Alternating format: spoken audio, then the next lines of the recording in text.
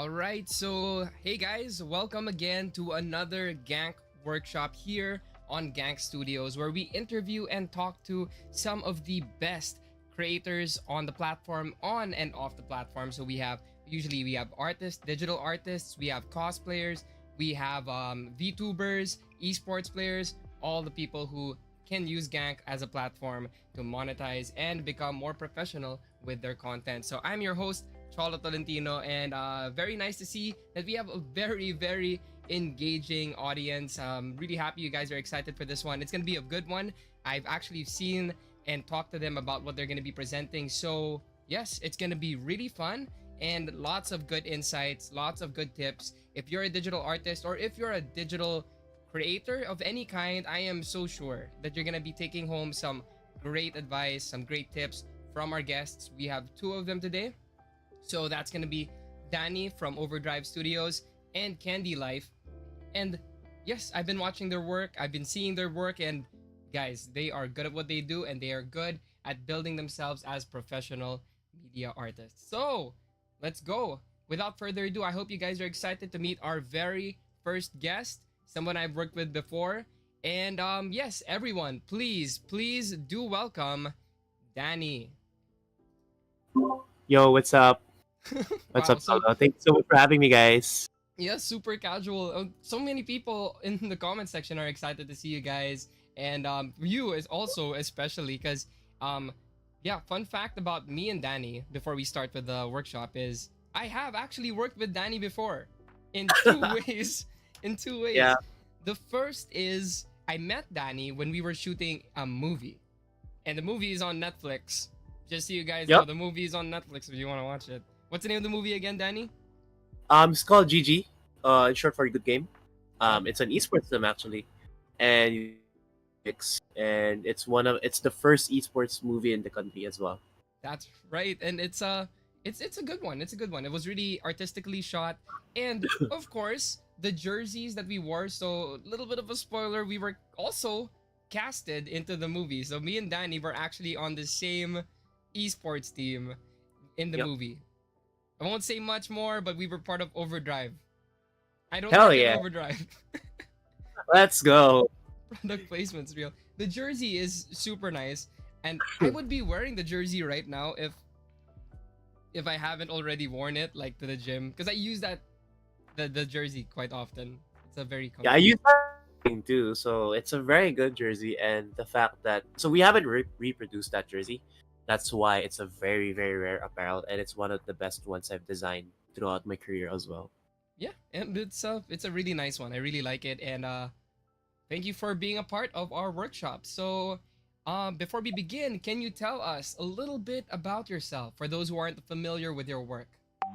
Sure, I am an esports veteran of over 8 years. And in general is I create brands and I design for esports teams, tournaments, organizations, basically bringing out the best in their abilities. And my work basically allows me to tell the history of Philippine esports and regionally in a visual standpoint. So yeah, that's pretty much it. Yeah, and esports is basically really booming here in the Philippines right now. There's so many esports events, whole events that are like centered upon like esports, and award ceremonies that we also bumped into each other in one of them. You won an award over on Hell yeah, there. yeah, I have an award. Yeah. It's back. It's back there. Yeah, and we used that photo actually, right, for the thumbnail. I was one of the nominees, but I didn't win an award. But yeah, seeing my friends go up there, and we had awards for every type of like aspect of esports, and you won the one for I think design, if I remember. Yeah, creatives. So I've won the award 2 years in a row already. Ooh, So yeah, back to back, maybe. Let's go. well deserved, well deserved. You are one of the most hardworking people I know. So again, we're so happy to have you here. You guys in the audience, I am so sure you guys are excited to see what the workshop's gonna be like.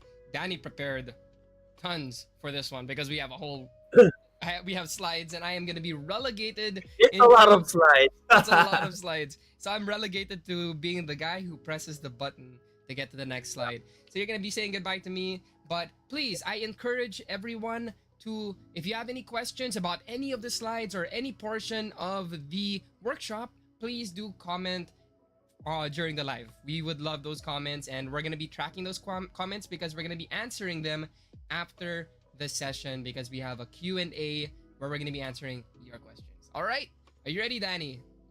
Yeah, let's do this. All right. Goodbye to me and hello to your presentation. Okay. Oh yeah, I can see my face now. Yeah. So guys, thank you so much for having me once again. Big shout outs to Gank for allowing me to share my experience the creative industry. And for those who don't know what I do, I design for a living. I have turned my passion into a paying lifelong profession now. So I've been doing this for 8 years. So I'm pretty sure, I guess I have some sort of knowledge that I can share with you guys now. And yeah, if you move on to the next slide, I'm just gonna introduce more of myself and what I do and what is the actual promise of this workshop as well. So for the next 20 to 30 minutes, we'll be talking about different pricing strategies, navigating different scenarios with like talking to clients about pricing, and our favorite thing ever is how to increase rates because at the end of the day, we want to make this a sustainable kind of life for all of us as creatives. So I'm pretty sure a lot of you guys here in the chat does some sort of creative work. I believe guys supports creators in a way through a lot of the contents that they do. And fun fact, I've been my client before, so there's some sort of familiarity as well. And yeah, if you move on to the next slide, I'm just gonna introduce myself as well and what I do on a day-to-day basis. So hi guys, my name is Dani Rogacion. I am the CEO and founder of Overdrive Studios. My day-to-day includes running studio operations, judging font, full design work for the gaming and esports scene. You'll see that on the next slide actually. Can we go next, Cholo? Yep. Next slide. We got the C Yeah, button. yeah. Yeah, sure. Yeah, okay. Sige. And part of my recent work includes working for clients such as Riot Games, team. I've worked with several design agencies, and I've made. So that's cool, right? So, ayun, a lot of the work that has my creative input includes some of the biggest gaming organizations around the world, and with a focus on Southeast Asia. So chances are, if you are a gamer in SEA, you've seen something I've designed over the years. So that includes like the logos of Lactis International, logos of like TNC or something like that. If you play Valorant, you've probably seen a recent campaign for the Valorant Philippines page and stuff like that. So pretty much, that's it naman. That's what I do on a daily basis, other than like judging fonts. No? And for the next few minutes, we'll be sharing with you on the next slide the secret to knowing your worth in the design space. There we go. Can we go to the next? Yeah. We're aligned naman, right? Yep. In slide number 5. Yeah. Right. So the title of today is Knowing Your Worth in the Design Space because you'll see here on slide number. There's no specific formula for calculating one's worth, especially in a creative, because we all have our set expectations, experiences, and stuff like that, no? And worth is actually very subjective. And if you actually reference your worth based on another person's experiences, challenges, struggles, and stuff like that, you'll fall into the pit. I know. Now you're gonna end up comparing yourself, and it's not gonna be a healthy relationship as a designer or as a creative. So you'll see that on slide number 6, actually. Mm-hmm. So our goal today is to actually break the mold so you can make your own definition for worth. So yeah, it is subjective. If we go to the next slide and slide number 7 here, I wanna give you guys some sort of breakdown is, right? Because most of the time, you'll see that worth is like people think that worth is just how much you're being paid, right? So you'll see here in slide number 7, I have made an illustration about what worth is exactly, right? So this is the lazy answer.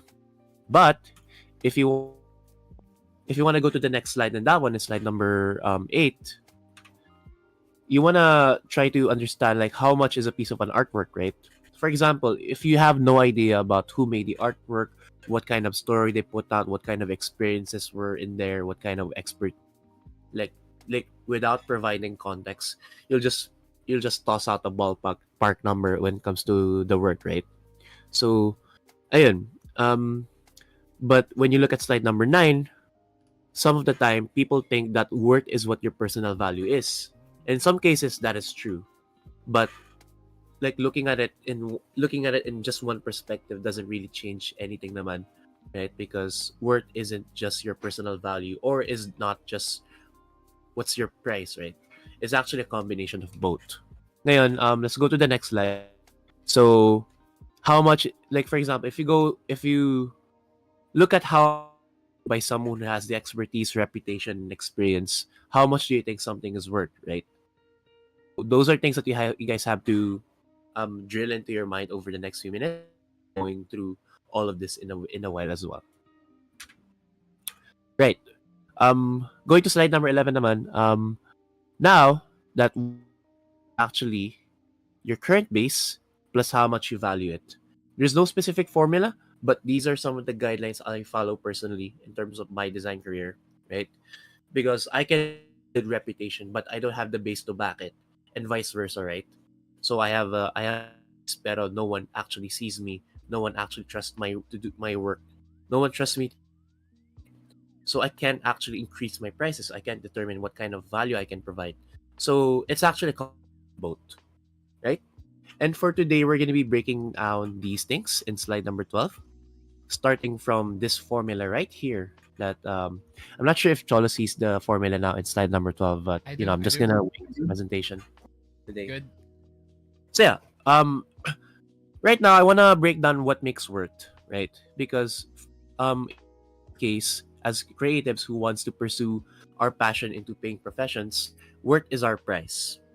But worth is made up of experience, skills, expertise, whatever expenses you come up with, plus how much you think you value yourself, backed by reputation and recognition, right? So those are things that actually comes with worth. You'll see here some of the best people out there are very successful, diba? Especially when you talk to more successful people. But that's because they have very good experience, they have the skills to back it up.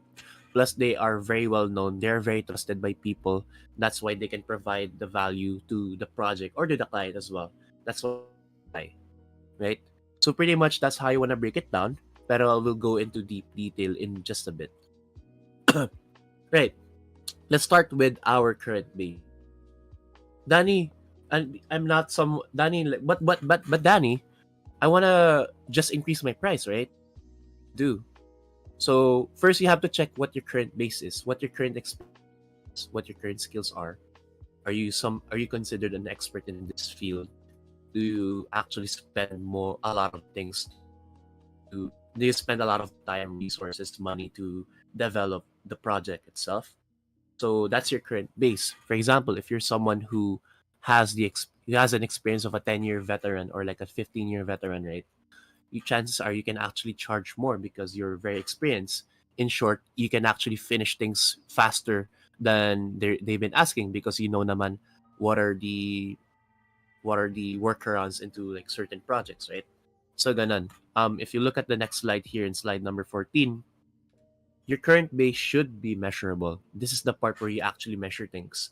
So that's number of years working in a particular expertise, who are the clients you've served, what skills you have in relation to the project. For example, I'm trying to sell my logo skills as a logo designer, right?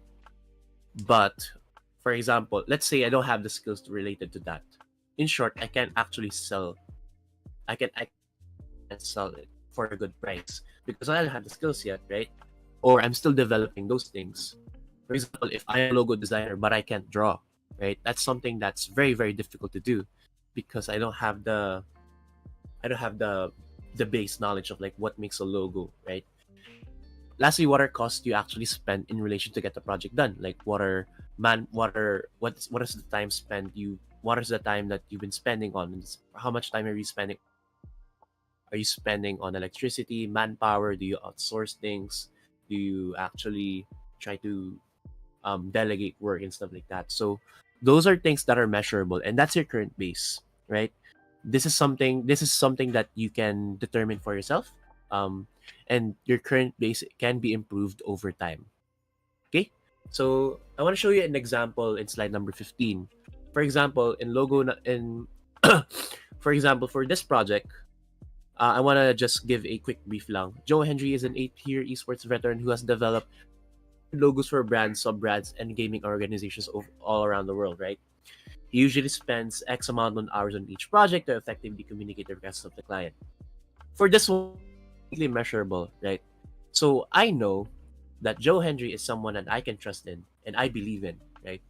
Ibig sabihin nito, this only means that I can actually pay him a good amount of money, even though he's not as recognized, even though he's not as recognized, or even though he made a lot of these things, but he has the experience of actually making logos, right?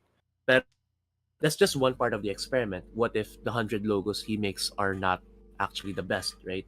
So that comes with reputation, that comes with perceived value and stuff like that. So we'll go on to the next slide to actually explain that point even further. No. So it's slide number 16.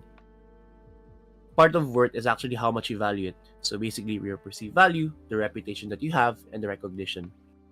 No matter how good you are, if people think you are some sort of an asshole or you're some sort of a person who's difficult to work with, it's very hard for you to actually charge price premium because it's hard for you to really um it's clients will find it hard to trust you to actually do the work without giving them much of a headache, right?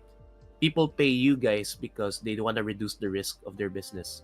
People pay us because they want to reduce the amount of headache that they have. For example, if they report to a higher up who actually shells out the money, right? They're gonna think na parang, why am I paying X amount of money to this person, but when this person is just disrespecting me, ganun ganun. So that comes with value recognition as well. And recognition naman, if you are someone who is awarded, is backed by awards as well, and stuff like that, those are things that is very helpful into like increasing your worth over time, right? Lastly, perceived value naman is something that you think to yourself. So I think I am very valuable as a person because I've had these skills and I have the work to back it up or something like that. And you'll see it here in the next slide, in slide 17. Recognitions, a good reputation, number of years of reliable work, and how you treat people reinforces the value that you bring to other people and the projects that you work on. In short, people keep mental receipts of your work because you're only as good as the kind of work that you put out there, right? If people think that you're some sort of an asshole, or for example, you're some sort of a person who doesn't really is not very reliable, chances are I'm not gonna hire you on certain projects, right? And this comes with experience as well. Uh, I've had I've had several people who worked under me who were really good that I didn't hire, like I didn't want to work with afterwards because of how unreliable they've been, how much they've treated me also as a client or as a partner or as a as someone who actually pays them the work to do the work now. And yeah, that's pretty much it. No, so you increase your value by being reliable, by having a good reputation, and that means by actually just doing the good work. And over time, you'll actually gain that then, right? And as a sample for slide 18, for example, like Joe Henry is an award-winning esports creative who has been trusted by regional and global publishers to help visualize the most important esports events around the world. His peers recognize his talent to bring out the best in every project. It means that he's a very, very valid person with a lot of experience in good work. That's why he can be paid X amount of money, no matter like what kind of money he wishes to get paid for. And that is worth. That actually is worth naman. So yeah, um, just to recap London, your value is own, your base should be measurable, and to come up with your own personal worth or your price in designer speak. This should be how you operate then moving forward. And again, these are guidelines that I follow personally. I think it worked naman for the last 8 years that I've been doing this. And for some of you guys who are pursuing a career in creativity, I think that's something that you should also be mindful of moving forward. Yeah, this is actually Right. really great because here I am listening to your workshop. I'm not a digital artist in any way, but I'm learning a lot about pricing and like how you perceive the worth of your work. So yeah, this is really Yeah. insightful for anyone who's a creator who's watching the video, not just digital artists. Yeah. And this is just the start of it because this is just how you determine your worth. Because in the next few slides, we're actually going to be talking about how you actually price yourself, All right? right, let's go. So, yeah, let's go to 19. Mm-hmm. And I want to introduce to you guys a few things about pricing that I've learned over the years. I've learned from mentors that I've followed online and like people who I look up to as well. And there are four ways that pricing actually will helps you out with. So let's go on to the first the next three first before the last one. No, so one is cost based, the other is budget based, the other is a price range, and then lastly is value based pricing. Value based pricing is highlighted in bold, which you'll be seeing why later. And ayan, sige, let's start with slide number 21st for cost based pricing. This is basically just factors in all the costs associated with the project, including your time, your electricity, etc., outsourcing fees and stuff like that. This method actually measures the project by how it's broken down into individual parts, right? For example, you're buying a car, right? Pero each part is actually costs something, right? Or for a better example, before when Elon Musk wasn't a weird, right? He he runs SpaceX, right? And to build missiles, he actually sources parts to create the missiles then, right? So in short, cost of the missile is way way way different than how like NASA does theirs. So mga ganun. So it factors in everything that's gonna be part of the project. And this is effective, although a lot of the times kasi the challenge of having cost-based pricing is you're gonna fall into a trap na you can't actually increase prices, right? A good example is the Philippine government. No. When they actually send cost estimates, you'll see a lot of the items are marked up so high because ang taas ng markup nila for certain items. Like for example, like an i5 laptop or laptop, right? They've they've costed that like times three of what it's supposed to be priced, right? So that was an issue before. But again, that's because like they followed the rule of cost-based pricing because everything has to be measurable, right? So the challenge lang here is you can't increase your price because they're gonna know. So your margins are not gonna be as helpful. So most likely you're gonna break even lang. If you go to the next slide number, you'll see here what actually breaks down a cost, right? Cost for a project. Time, manpower, suppliers, and everything else according to that one. Personally, I still do this naman, pero I do a hybrid of everything else, which I'll be showing later then. And you'll notice here that time actually has a lot of dollar sign in here because in here in slide number 22, the greatest resource is time. And wasted time means wasted money. I feel like a lot of people already know that naman. But in reality, if you waste your time, you're also gonna waste the time of the person who's paying you.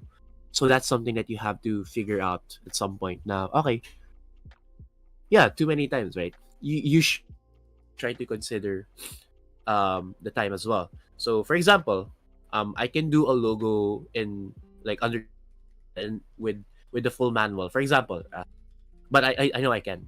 But like a good sample is that I can do a good logo in under like 4 hours with a sample logo usage guidelines, and I can actually send it to you guys over immediately, right? But that will cost me a lot of money. That will cost you guys a lot of money because you're paying for my time, right? Time that I could have been to work out, for example, to go on a run, to spend time with my loved ones because that's not account.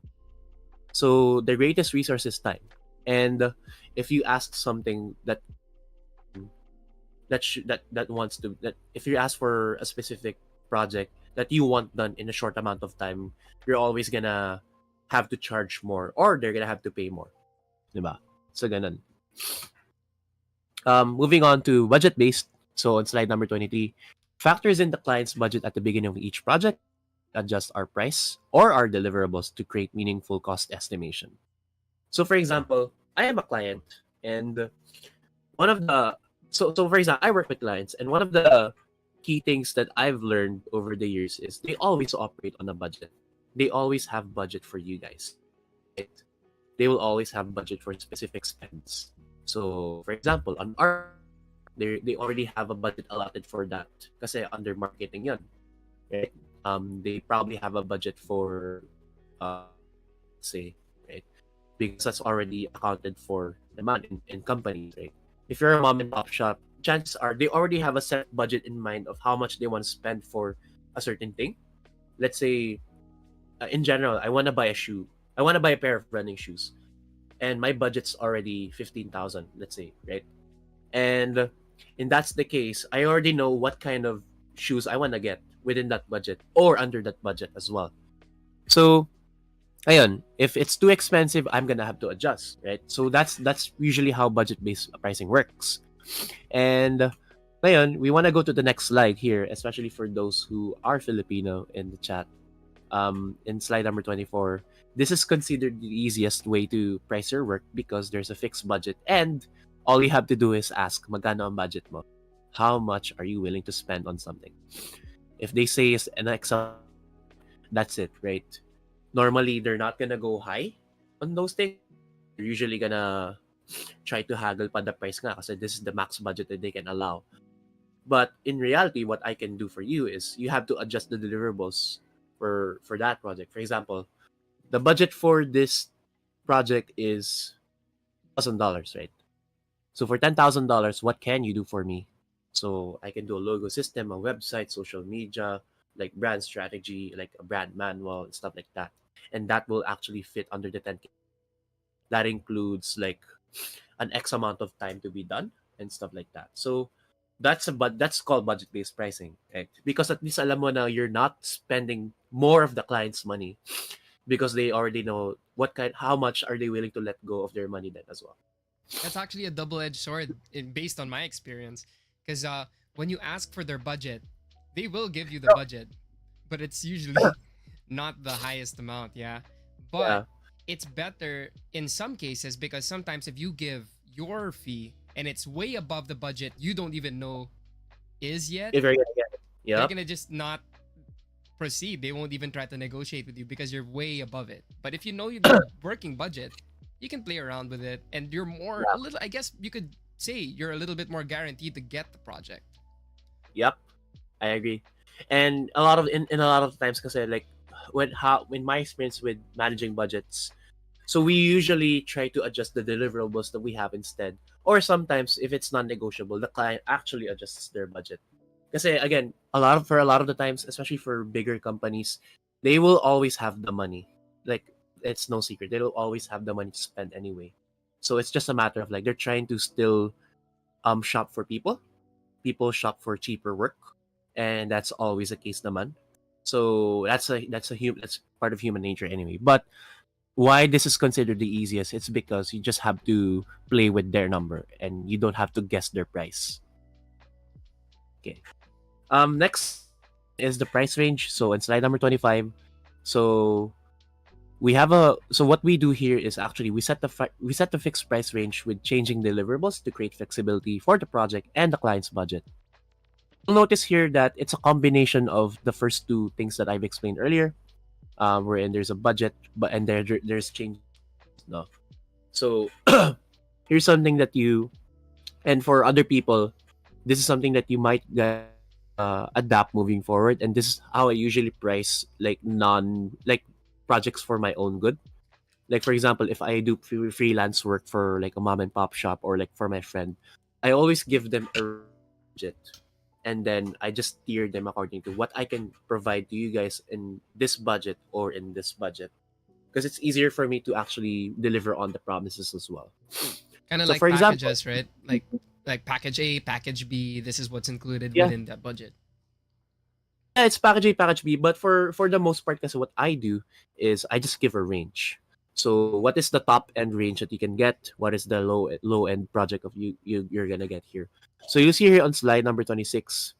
Usually this is how I talk to clients when it comes to giving a ballpark range. So for this project, I charge a range between X amount of money to another X amount of money. And usually I say the higher number first. Para like it creates an effect that okay, this is the max budget that you can play with, and I want you guys to actually get me within the max budget. And then for a lower end, if you still want to work with me, it means that this is what you will be amount of this amount of money as well. So ganun. And lastly, going to slide number 27, this is how I usually price my work moving forward. And this is the goal for each artist to actually price their work. This is called value-based pricing. I stole this from a hero that I look up to, from one of my design heroes. And he's been teaching this concept for a long while already. You set the price based on how much you think the project is for the business. For example, I charge a lot of money for logos because it will be my clients forever. This is something that's never gonna change. You guys will be spending money in relation to the logo, like things that you print, signages, apparel, digital activations, and stuff like that. And the goal of having a good logo is for you to never ever change it because, for example, a good logo will be remembered because it will be associated with the feeling, right? For example, if you think of something related to sports, you will look at check mark of Nike, right? A swoosh. If you look at food, usually ang naisip niya dyan, things that you'll be thinking are the acres from McDonald's, right? So a good logo, a good mark will have an association at some point. I work with gaming clients, and when it comes to national pride, they always think of Cebol. Like they don't think of Gilas anymore, because like we've effectively positioned that brand as the gaming part of the national team. So those are the things that value-based pricing allows you to do. So it allows you to actually provide the premium to the service that you create. Because everything else is measurable, right? But when you add your value into it, it's gonna increase all of your prices moving forward. So yeah, and then going to slide 28, people will think this is cheating, but your value actually increases over time because you will gain more experience, more expertise, better reputation, hopefully, and better results. So pay me to do this logo this year, an X amount, chances are if di nyo ako kinuha, and if you guys approach me again in like 2 years, my prices will increase over time because I have a better portfolio than what I had in 2 years. I probably have another award or something like that. So those are the things that will increase the value. So the value of your work will increase as well, right? Also accounting, not even accounting inflation aside. So mga ganun. Moving on to slide number 29. This is the same. These two images offer the same function: to hydrate, to give you nourishment, to allow you to actually drink water, right? These things are water bottles. But one is plain and simple, one is when value is added.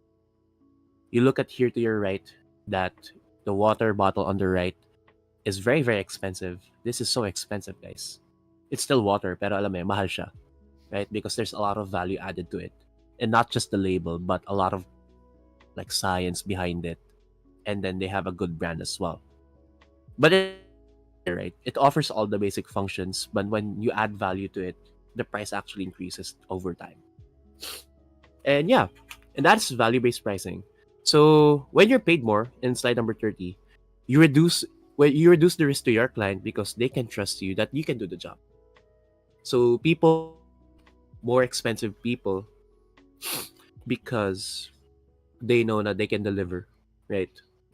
If you buy a car at some point, chances are you'd want to buy an expensive car because you know that it can last you for a long, long, long time rather than like buying a second-hand car, right? If bibili ka ng let's say you're gonna buy a pair of running shoes that is not as expensive, right? You'll only be allowed to have a certain mileage on your feet compared to let's say buying a pair of good day, right? That will allow you to train for a good marathon block or something like that, right? So yeah, you buy things because you're yeah, you pay more for better things basically.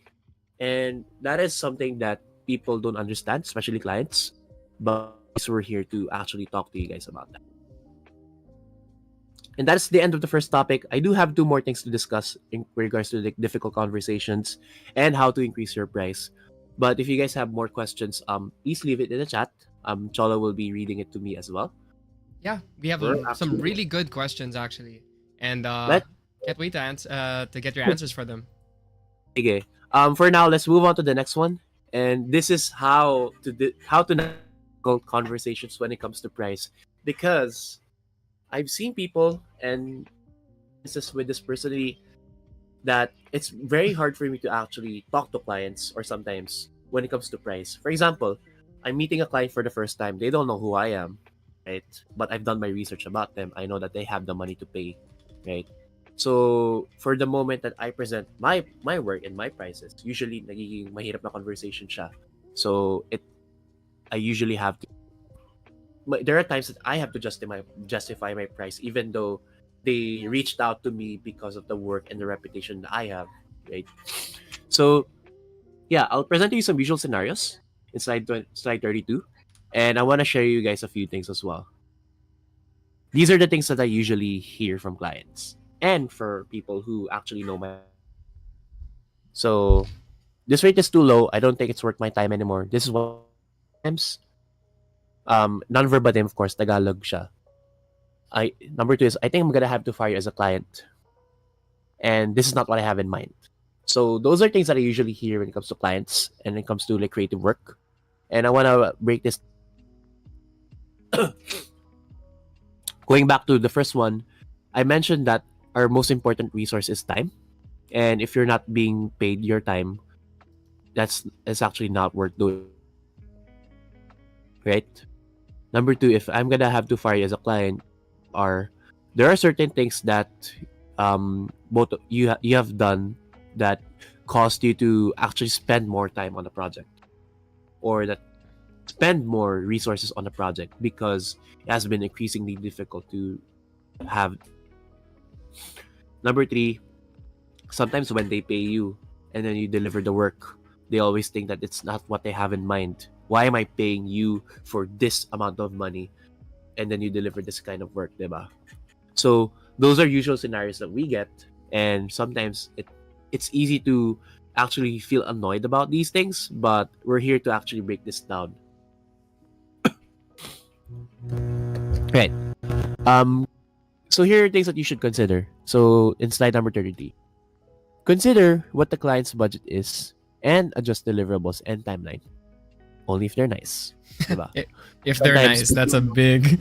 It's important. Sometimes the rate is very low, but the client is very respectful and they trust in your work, or that project will lead to more projects down the line. Diba? So you want to make sure to make a good first impression because you know that this is going to lead to better work moving forward, right? If di talaga kaya, if you can't, you alternative designers or alternative creatives that would be willing to take on the job, right? Maybe your price is too high, but for the others, that might be acceptable for them. Not burn bridges, right? Because design and a creative here is also a reputation-based industry. For a lot of all you can be good, but again, if you're the biggest asshole out there, they're not gonna work with. That's something that's a reality that I've had to come to terms with as well. That's why I had to treat myself and my and how I treat clients differently also. Looking at the next slide here, slide number 34. In practice, this is what you can do to talk to clients, especially if it's something that is related to. So for this rate, what I can offer are the following: X number deliverables, probably just a logo, and well, and that's what I can do for you for this timeline. So I can do this 4 to 8 weeks, for example. Right? Does this still work for you? If yes, you can proceed with the project. If not, there are other ways to offer naman. So in slide number 35, if not, I'd be happy to recommend, like for example, Kendylife here, who I can vouch for their skills and their professionalism to do the job, right? Because I know they're gonna be they're gonna do a great job, and my reputation is also on the line pa rin because I vouch for the person, right? So those things as well. So in short, now that you're two people who can actually do the job, right? So people, especially if it's a price related rejection, don't it because it just means that they don't have the budget. No means no budget. Okay, so that's something that you just have to understand. Lastly, if it's going down south, usually say, I'm so sorry, but I'm gonna have to decline on this. I'd be happy to work with you guys some other time should the budget permits. And usually I just say this lalo na when there are a lot of people who just wants to test the waters with working with us. In terms of like just trying to get our rates out there, like finding out how much we're worth. So you to decline it immediately and try to be assertive in terms of like declining because they're thinking that we're just haggling, but we're really not. So I no means no budget. It doesn't mean that you're a bad person. It doesn't mean you're not good. Pero usually, hindi lang kayo pasok sa budget nila. In slide number 37, here are some things that you should probably drill into your mind at some point. Never, never, ever lower your prices for the sake of getting the project. It creates a bad habit of trying to get it lang. Because at some point, you'll be shocked that you'll be doing so much work for so little money. And you want to be compensated for the time and effort. I've done this before. I've done this a lot.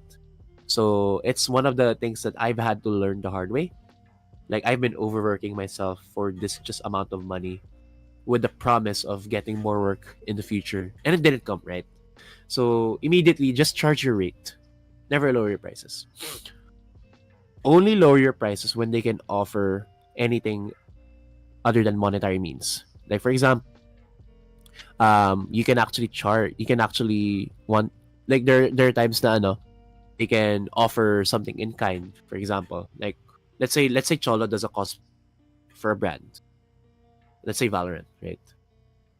They can like Cholo can only like the client can only offer Cholo X amount of money, but they can offer the rest of the balance through digital currency, right? For those things, or like an actual item in kind that would allow that as well. Get it? Let's say Cholo charges like 30,000 project, right? The client can offer 20,000 lang, ganun. So what Cholo will do is he can buy 20,000. You can get the 20,000, and then the 10,000 balance can be right. Like for example, like bigyan mo na get a new pair of shoes or something, or or have like latest technology or like better peripherals or better wigs or better costumes for your cosplay at some point because you also spend money on that anyway. So That's ganun. true. That's true because we don't know what connections the client has that they can offer to you. So that remaining 10,000 pesos, let's say that Riot says we can only offer you 20,000. I know that's below your 30,000 budget, but the remaining 10,000 we can give, like let's say they have a connection with Razer, right? They can say something like we can give you the Razer keyboard that's League of Legends themed, which is valued at around 8,000, 10,000 pesos, right? Yeah. Let's say it's that value. For them, it's cheaper because they have a partnership with Razer.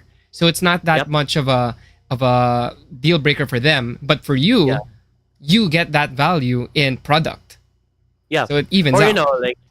like for example, if you're an influencer or creative, you can charge X amount of rate lang, but they have to shoulder all your costs to go to an event. Like for example, if you actually travel via plane to go there, right? They have to shoulder stuff like that. So those things are naman. So it doesn't have to be monetary all the time, right? Because again, you're spending anyway. So might as well allow them to spend for you, right? And yeah, that's pretty much about talking to clients about the prices. But now let's move on to the last part because this is your favorite part, how to increase your price.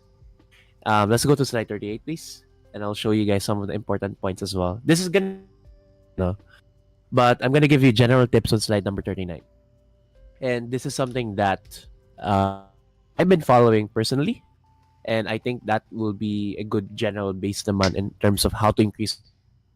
Number one is to increase by X amount of percent over time. You have to increase like 10% every 2 years because there's inflation, right? You're not gonna significantly increase your price, but over time, nag-increase lang yung price mo because there's inflation, or, you know, in general, for example, companies actually offer yearly raises because nga of like so those things. But you're not gonna be able to increase significant because you are only gonna account that over time. So iba for some people, people actually do certain things that would allow them to jump significantly, and I'll show you guys in a bit as well. Most of the time, your prices on new client, you'll be able to set new prices for new clients versus retainers. So I've had this experience before na for a retainer that's been going on for the last 5 years.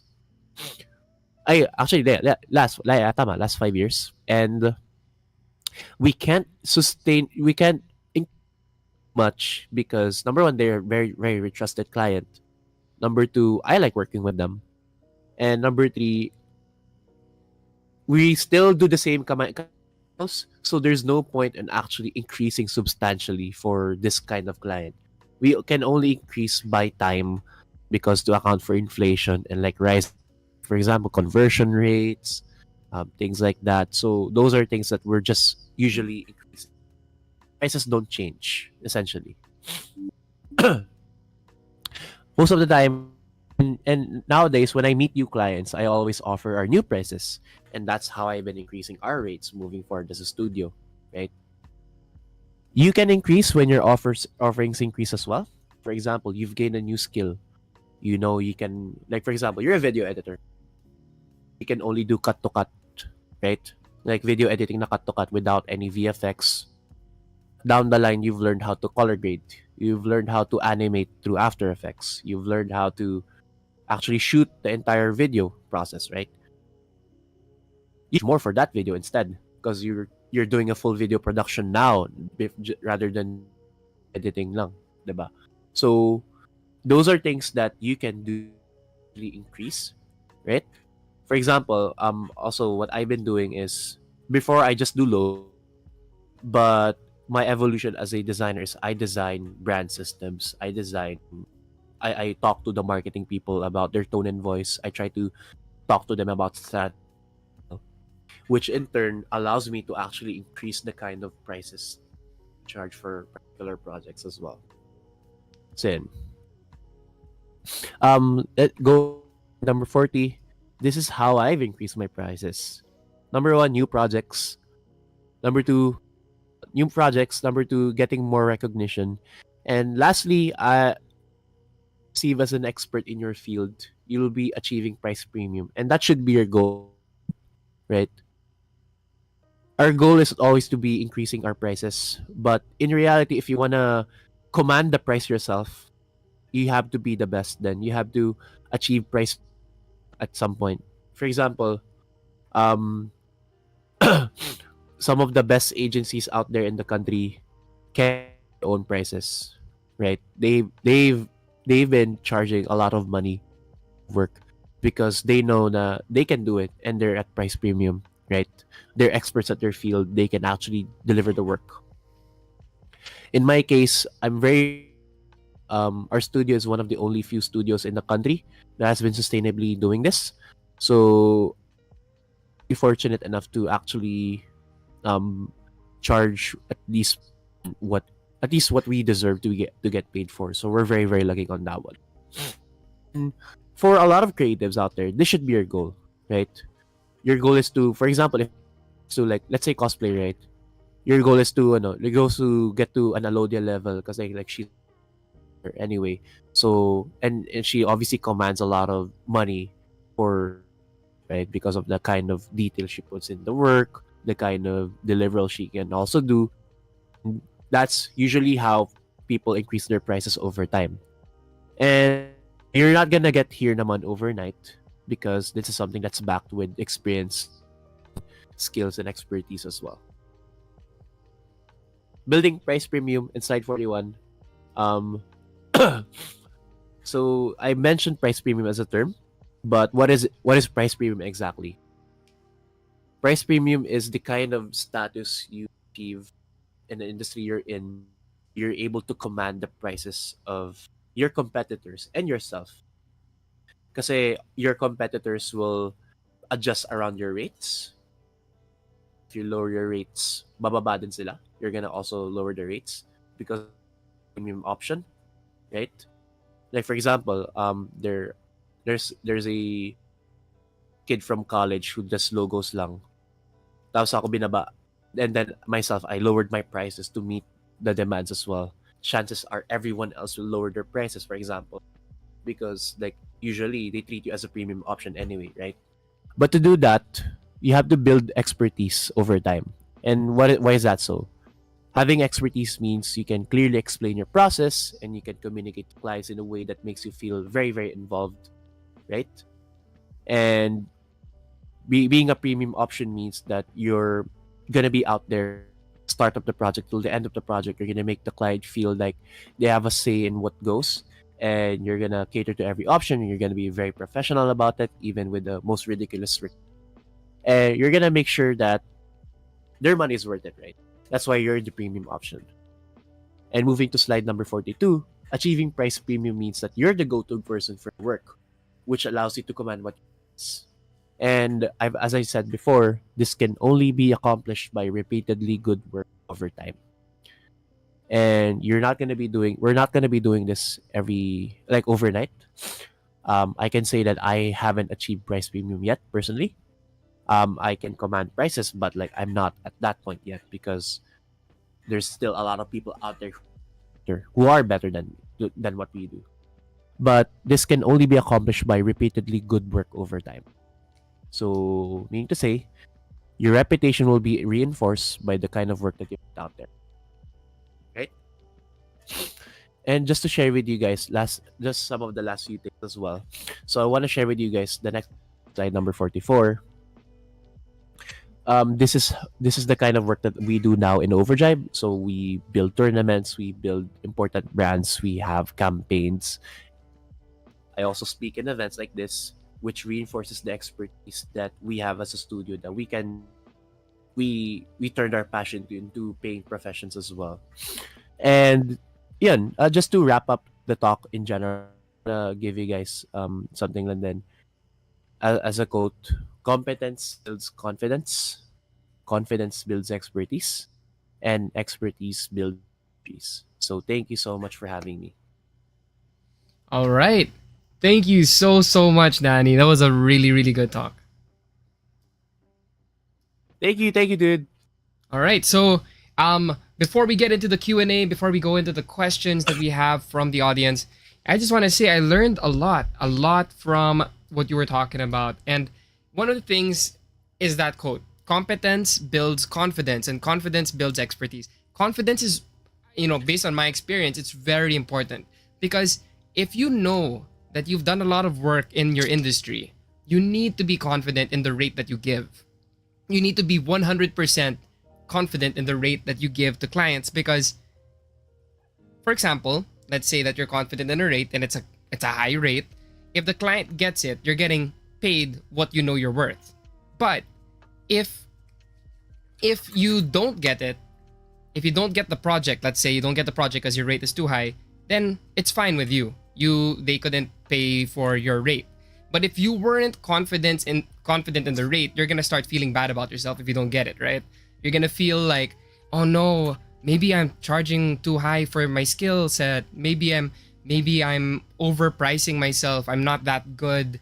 They won't, like if you're not confident, it's gonna take a toll on your mental state as a creative. Exactly. So it's really important that when you give your clients the rates, you believe you're worth. You're 100% sure.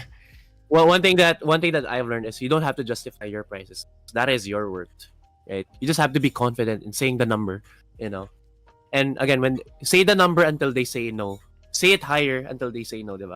Yeah, because if they say no to the higher number, and if you're so willing to lower the price, just so you can get the project or to start building your portfolio more, it's okay. But there's no harm in giving a higher number. Yeah, exactly. You won't be able to expect like higher prices if you don't try to charge higher. I think that's one of the things that people have not realized over the years. It's true. It's kind of like a mind game, no? It's almost like mind games, like a chess game, a mind chess game when you're talking to clients. Sometimes they don't want to give you like you can ask them, "What's your budget for this project?" Sometimes they won't even disclose that to you. You have to play kind of like gotcha. All right, you don't know the rate that they're willing to give a number and you hope that it's within the budget. And if it is, then there's a big chance you might get the project. Exactly.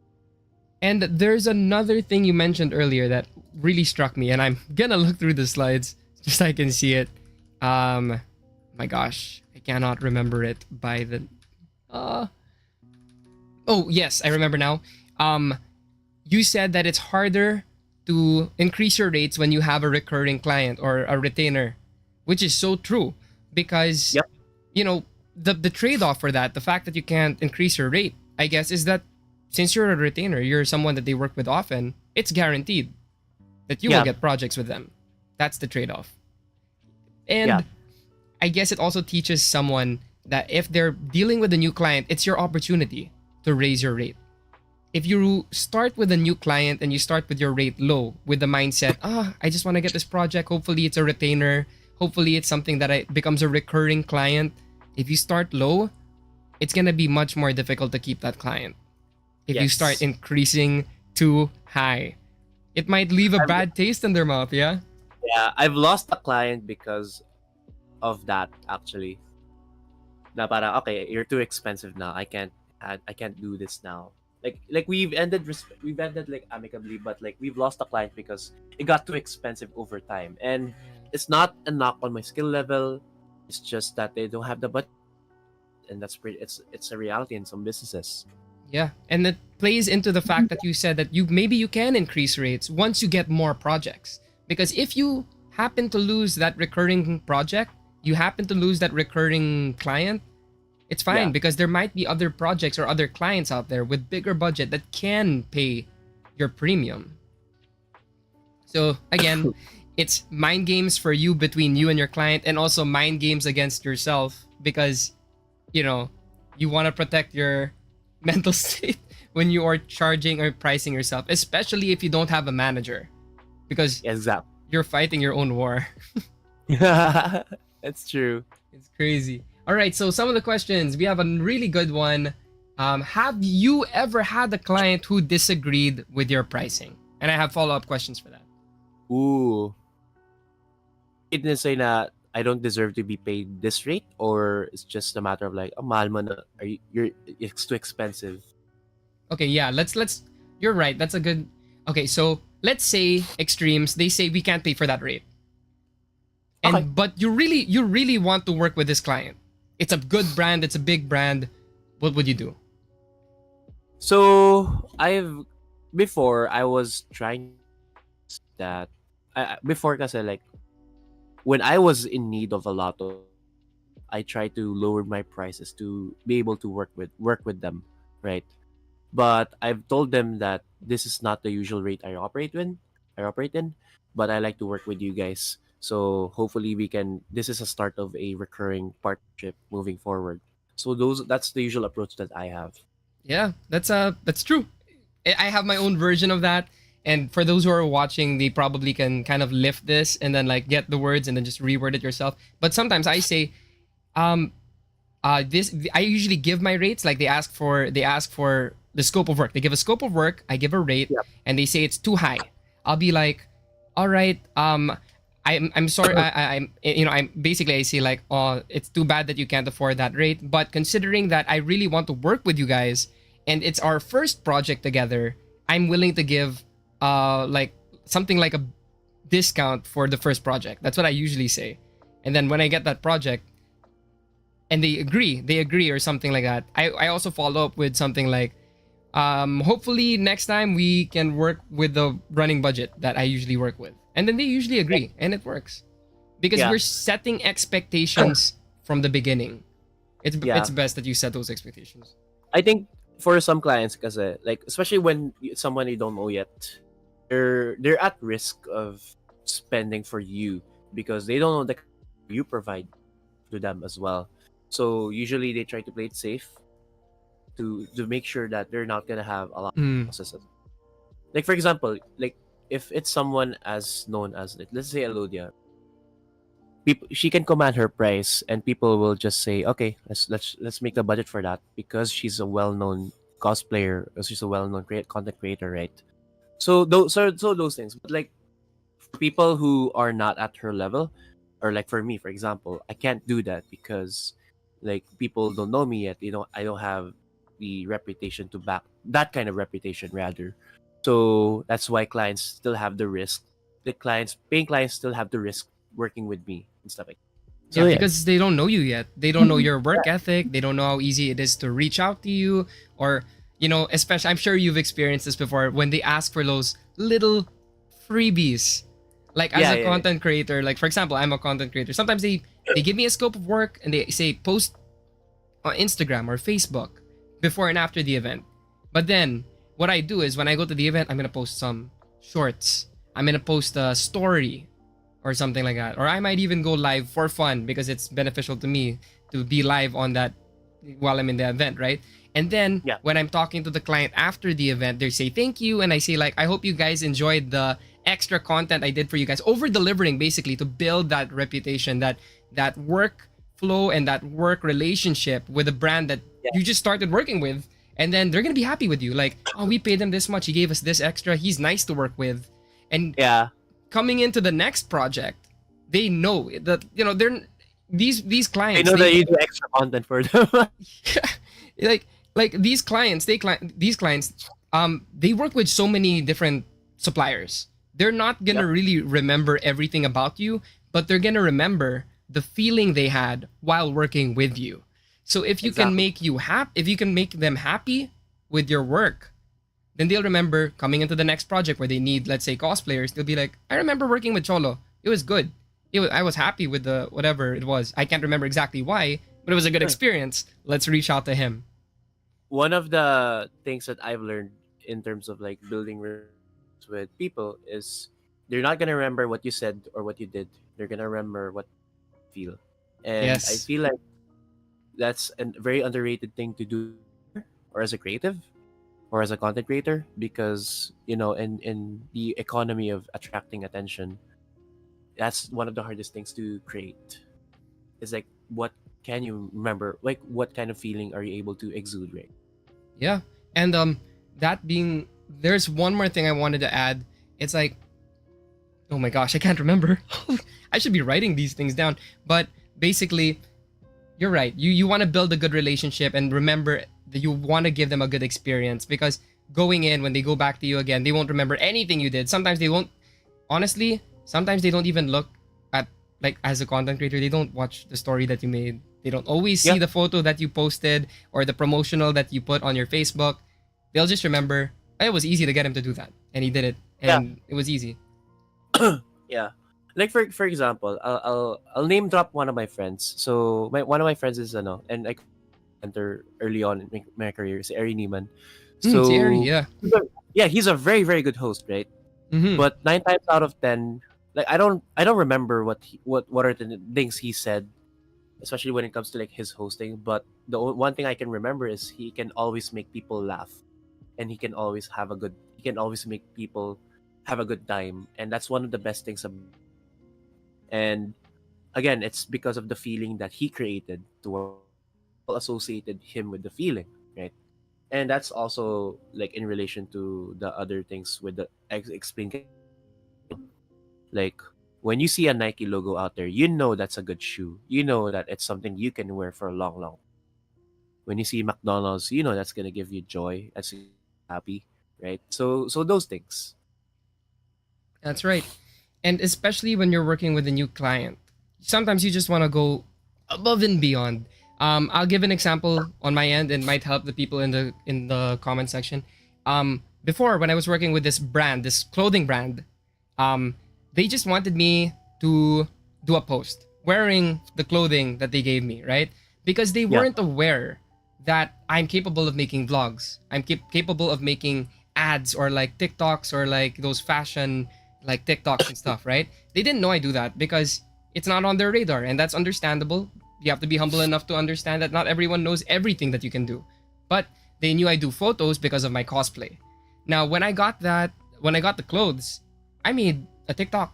And then when they saw that product, they were very happy with it. And because of that, because I over delivered, the next project, I got three more projects after that, different clothing, and they Let's paid me. go. They paid me for the TikToks. They paid me for the fashion TikToks. And it's because you show them what you're capable of. Not everyone is aware of what you're capable of. Until Exactly. And you can increase your prices once you have more offerings, basically. yeah. Diba? And you gotta show them that you're capable of doing it. Not you can. It's Exactly. easy to say I make videos, but then the perception of clients sometimes when you say I make videos, sometimes it's like it's super broad because there's so many different types of video creators out there now. There's TikTok Yeah. creators, long form video creators, informational reviews, whatever. Show them what you can do, and it might fall into what their brand needs. Yeah, I agree. All right. Yeah. Thank you so much. I think that is all for the questions Q&A. Thank you so much, Danny. Any last words for our viewers? Um, not so far. I think I've talked for a lot of the time already, so I'm gonna rest my voice and toss the floor to you guys as well. But thank you guys so much for having me. I hope you've learned a thing or two about pricing. You guys can actually just reach out to me personally or via DMs if you talk more about these things because we're willing to discuss more work as well. Of And course. shout out to my team at Overhead Studios as well. All right. Thank you. Thank you so much. Thank you so much. Have a good evening. You have a flight tomorrow, yeah? So Yeah, dude. you got take care, man. And then Take care. I'll see you soon. See ya. Thank you. Bye. All right, so that was Danny. I hope you guys enjoyed. I enjoyed personally. I enjoyed. I looked through the slides earlier, but it just hits different when Danny is like on there and giving their advice, and it's such a great time.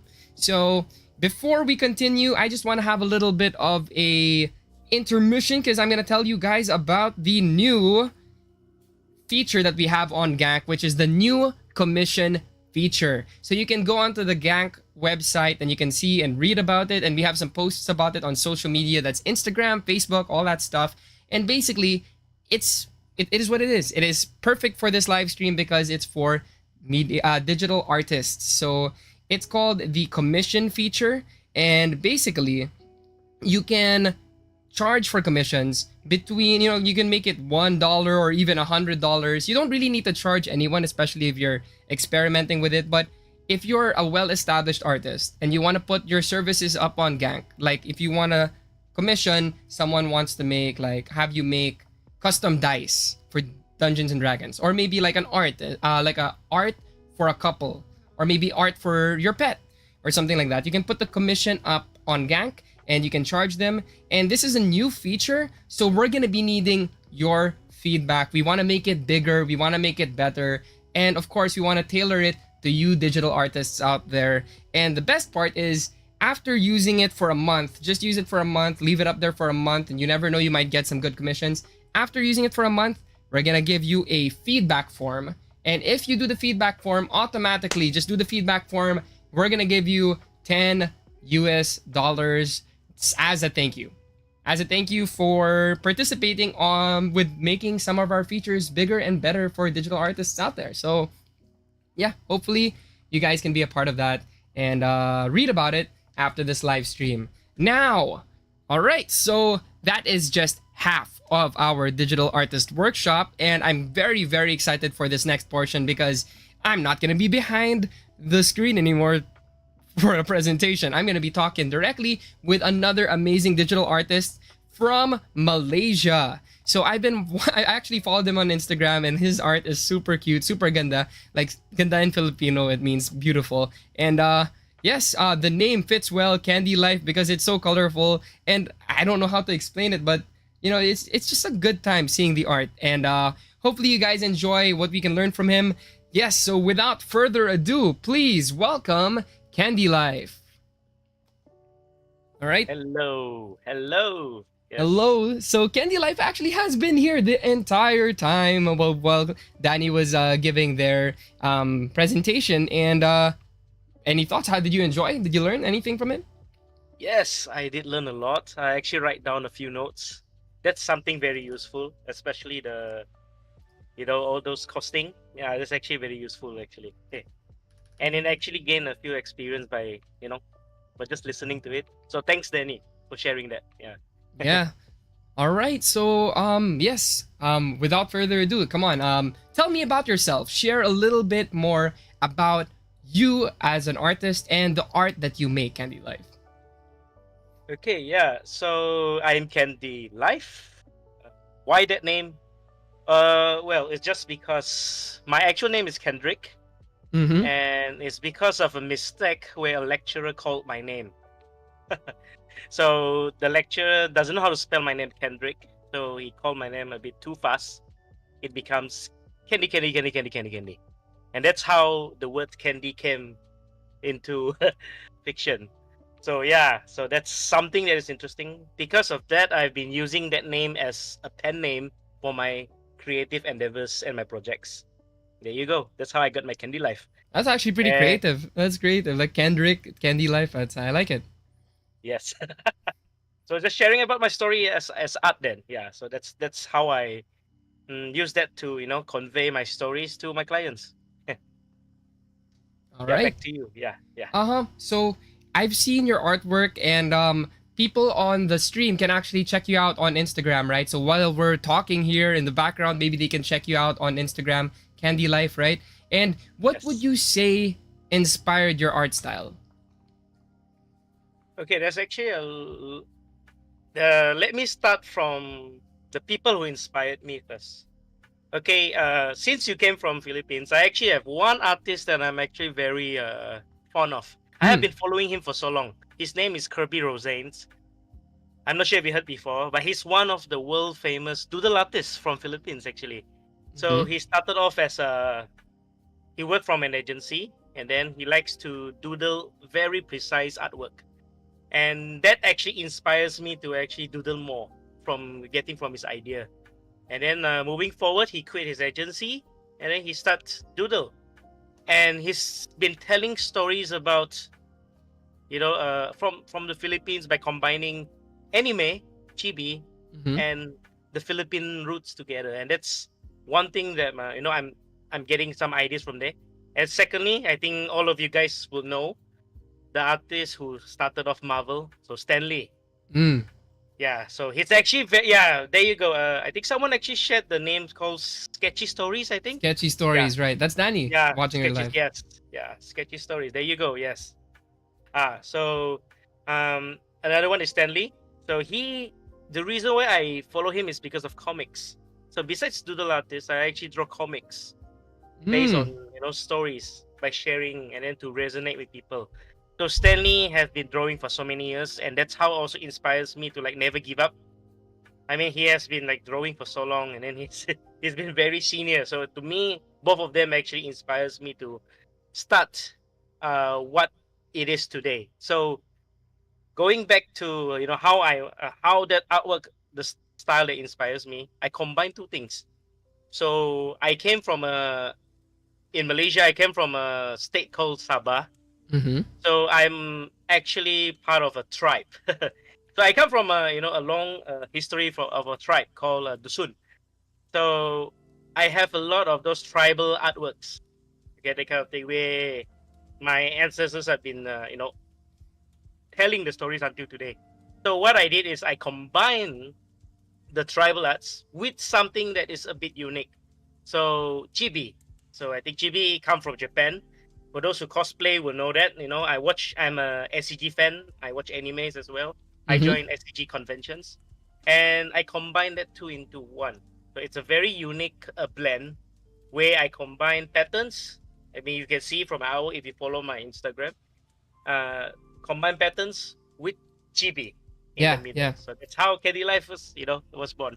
Yeah, it's super Yeah. colorful, it's super creative. I noticed that actually, and it's nice to know like the background behind it. So now that Yes. the audience, especially those who are not yet familiar with you, know a little bit about you. I can't wait to hear what you have to share about your process, all the stuff that you're willing to share with the other creatives here. So now I'm gonna take a back seat. I'm gonna listen to you talk about what you need to share, and I'll back you up.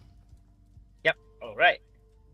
All right, guys. I don't have a slide to share, but Mm. I think there's something that I would like to convey. I think all of us, we love to tell stories, regardless, what age you come from. So I think humans, lah, by general, has been telling stories for thousands of years. I think we all know that.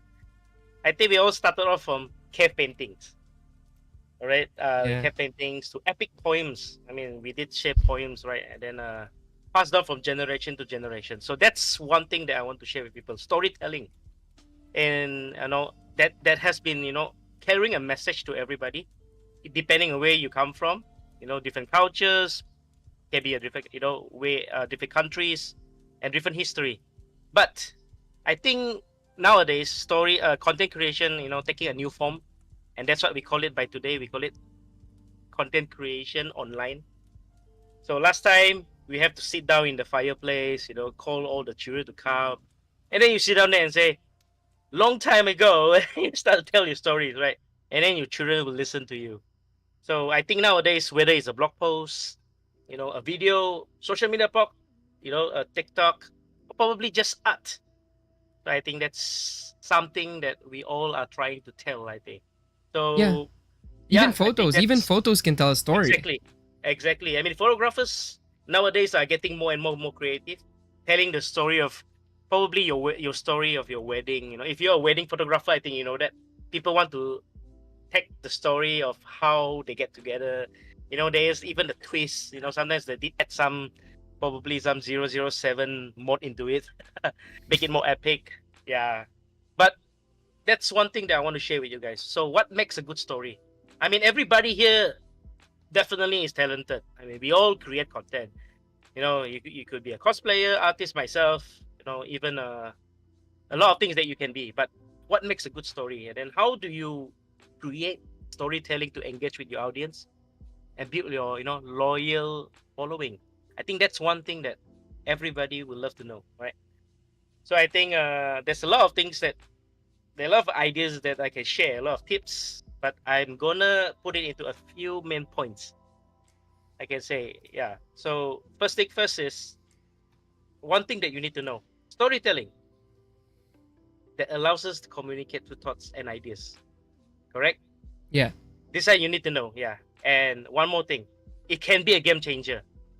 So once you know that it's into your mind, you can tell anything you want by from what I'm sharing with you now, by mouth or by video or by just drawing. So remember that, because a lot of, nowadays we are all behind the screen. So we are no longer like meeting people like face to face telling story to you. But how do I share my comics or my cartoons or probably just my cosplay, or video to you that makes you like it? So technically is to convey the message of what you are sharing so that people will follow you. And then of course, I think this all of us wants to know: inspire action. Right? Like, what do you want to do? Cosplay for more convention, or draw more for people, or probably buy my artwork, buy my service, that kind of thing. I think that's something that you guys would like to know. But I think without further ado, right, I just put it into like a few points, I guess. Yeah. So first thing first, you need to tell a compelling narrative. Okay, It's like true. the most Yeah. important elements in your effective storytelling lah. A good narrative engage your audience. Of course, it started from somewhere. It draws them in and keeps them invested. So from me, I did tell a little bit of my story already. How my candy life came to be. It can be boring, but out of the 10, at least one of them will be your next follower. So you need to trust that process. Just Yeah. keep telling the story. It's kind of You like don't care about the number. creating relatability for the content Yes, that you make, because correct. we have a tendency to follow creators or content that relates to us because we feel seen. Yes, correct. And I do know, yeah, that I will come into that as well, moving forward. But that's actually a good point that you are just sharing, which I'm gonna share later on, because you know what, we got so many what you call it we call it the ideas from different content creators, right? And we are actually getting all the idea from them. The question is, are you creating your own story, or are you actually copying the story? And are you happy by doing that story because of the trend? So there's a lot of things that we need to be careful, or else you're gonna be tired creating a content that is not you.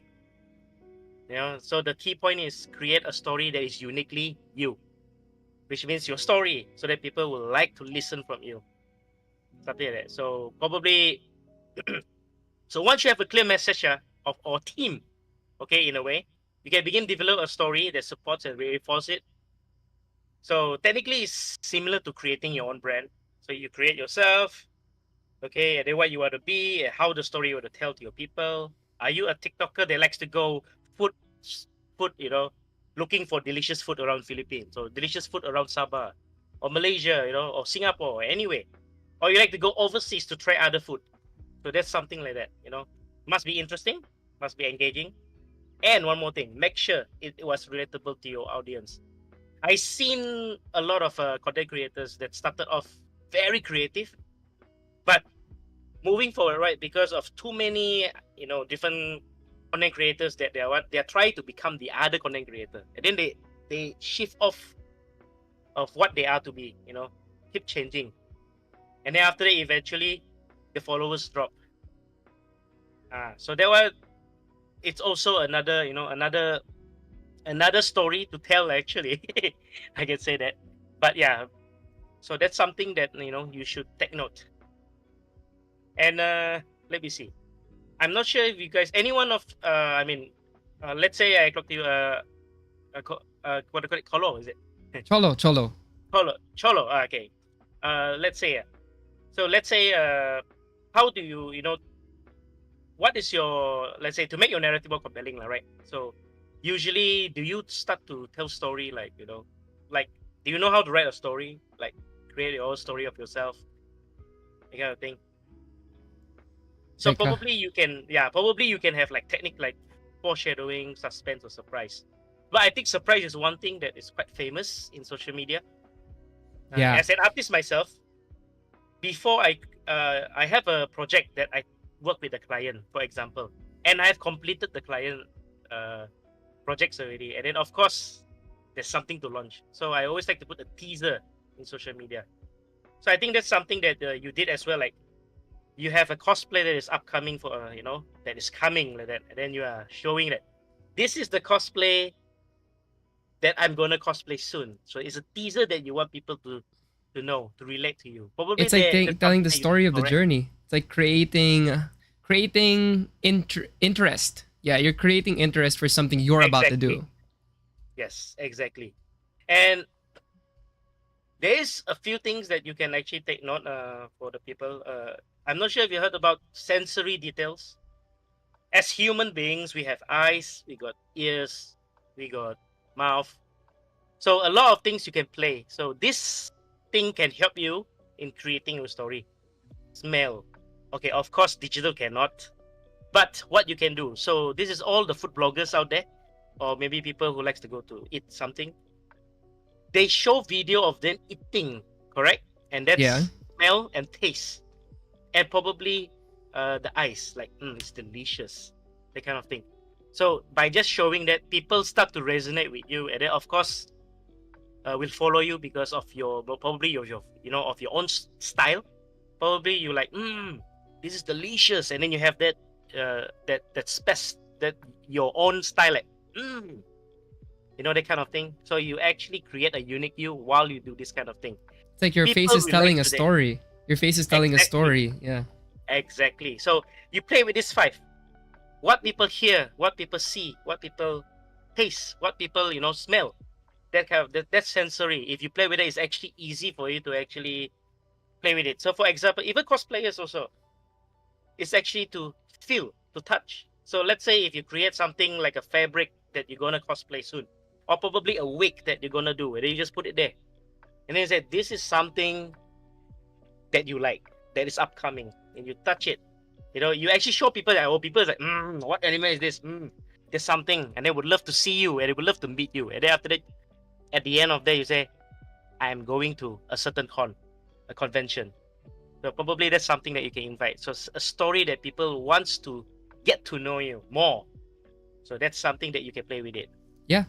What I would do as a cosplayer myself and as a vlogger, if I was going to an event, I would say, for the teaser, I worked so hard with different suppliers, and the styling for this wig it took weeks. And if you want to see it for yourself, I'm going to be in this event on this day. Hope to see you there. Now it's creating something like interest while also sharing the story of how much you work to be able to create that product that you are enticing people to experience themselves. There you go. Yes, correct. And one key here is when you are telling your story, don't share 100% in one post. That's true. Give them suspense. So, which means that I think nowadays, even I mean, if you join any TikTok classes, they will tell you, create a video, divide it into several segments, correct? Yes. All that one goal in the end is to join the YouTube one and watch the whole video in YouTube. It's kind of like a book. We're talking about telling stories, and you know how Exactly. in a book, when the chapter ends, there's always something like a cliffhanger, something that will compel you to keep reading. Correct. Sometimes you're at night when you're reading a book, and then you reach the end of, let's say, chapter 10. You're like, okay, I'm just gonna read until chapter 10 and I'm gonna sleep after. But then there's something there that compels you. Like like they create a question that makes you want to go, okay, fine, I'll read chapter 11. I'll start the next chapter. And yes, correct. And to be honest, it's everywhere. It's actually everywhere. So the best one, I mean, if you are a fan of Korean drama, okay, by the end, what it always do, it's slow-mo, Always. slow-mo, and then after that, it has a flash, and then next episode. It's like, Yep. there's something, and then that kind of thing. And then nowadays, even Marvel movies, that has a strange post-credit scene. Exactly. And then they want you to watch to the next movie or the next upcoming one. So that's something that people tell story about it, because nowadays people are hungry for more stories. This is one thing I can tell. The world is very hungry with stories. So keep telling it, And then, yeah, it depends on what you are trying to develop. Your own brand, your own product, or yourself. The other one, like a character development, that's something that you can do, actually. So, yeah. There's more things that I can share, actually. But one thing that I can also share is one thing is more on the character development. Okay, so this one, yes. So this one, I think everybody, if you don't take care of yourself, how do you take care of others, right? So this is a lot of things that I always hear about it. So it's like, how should I create, a storytelling, right, on character development?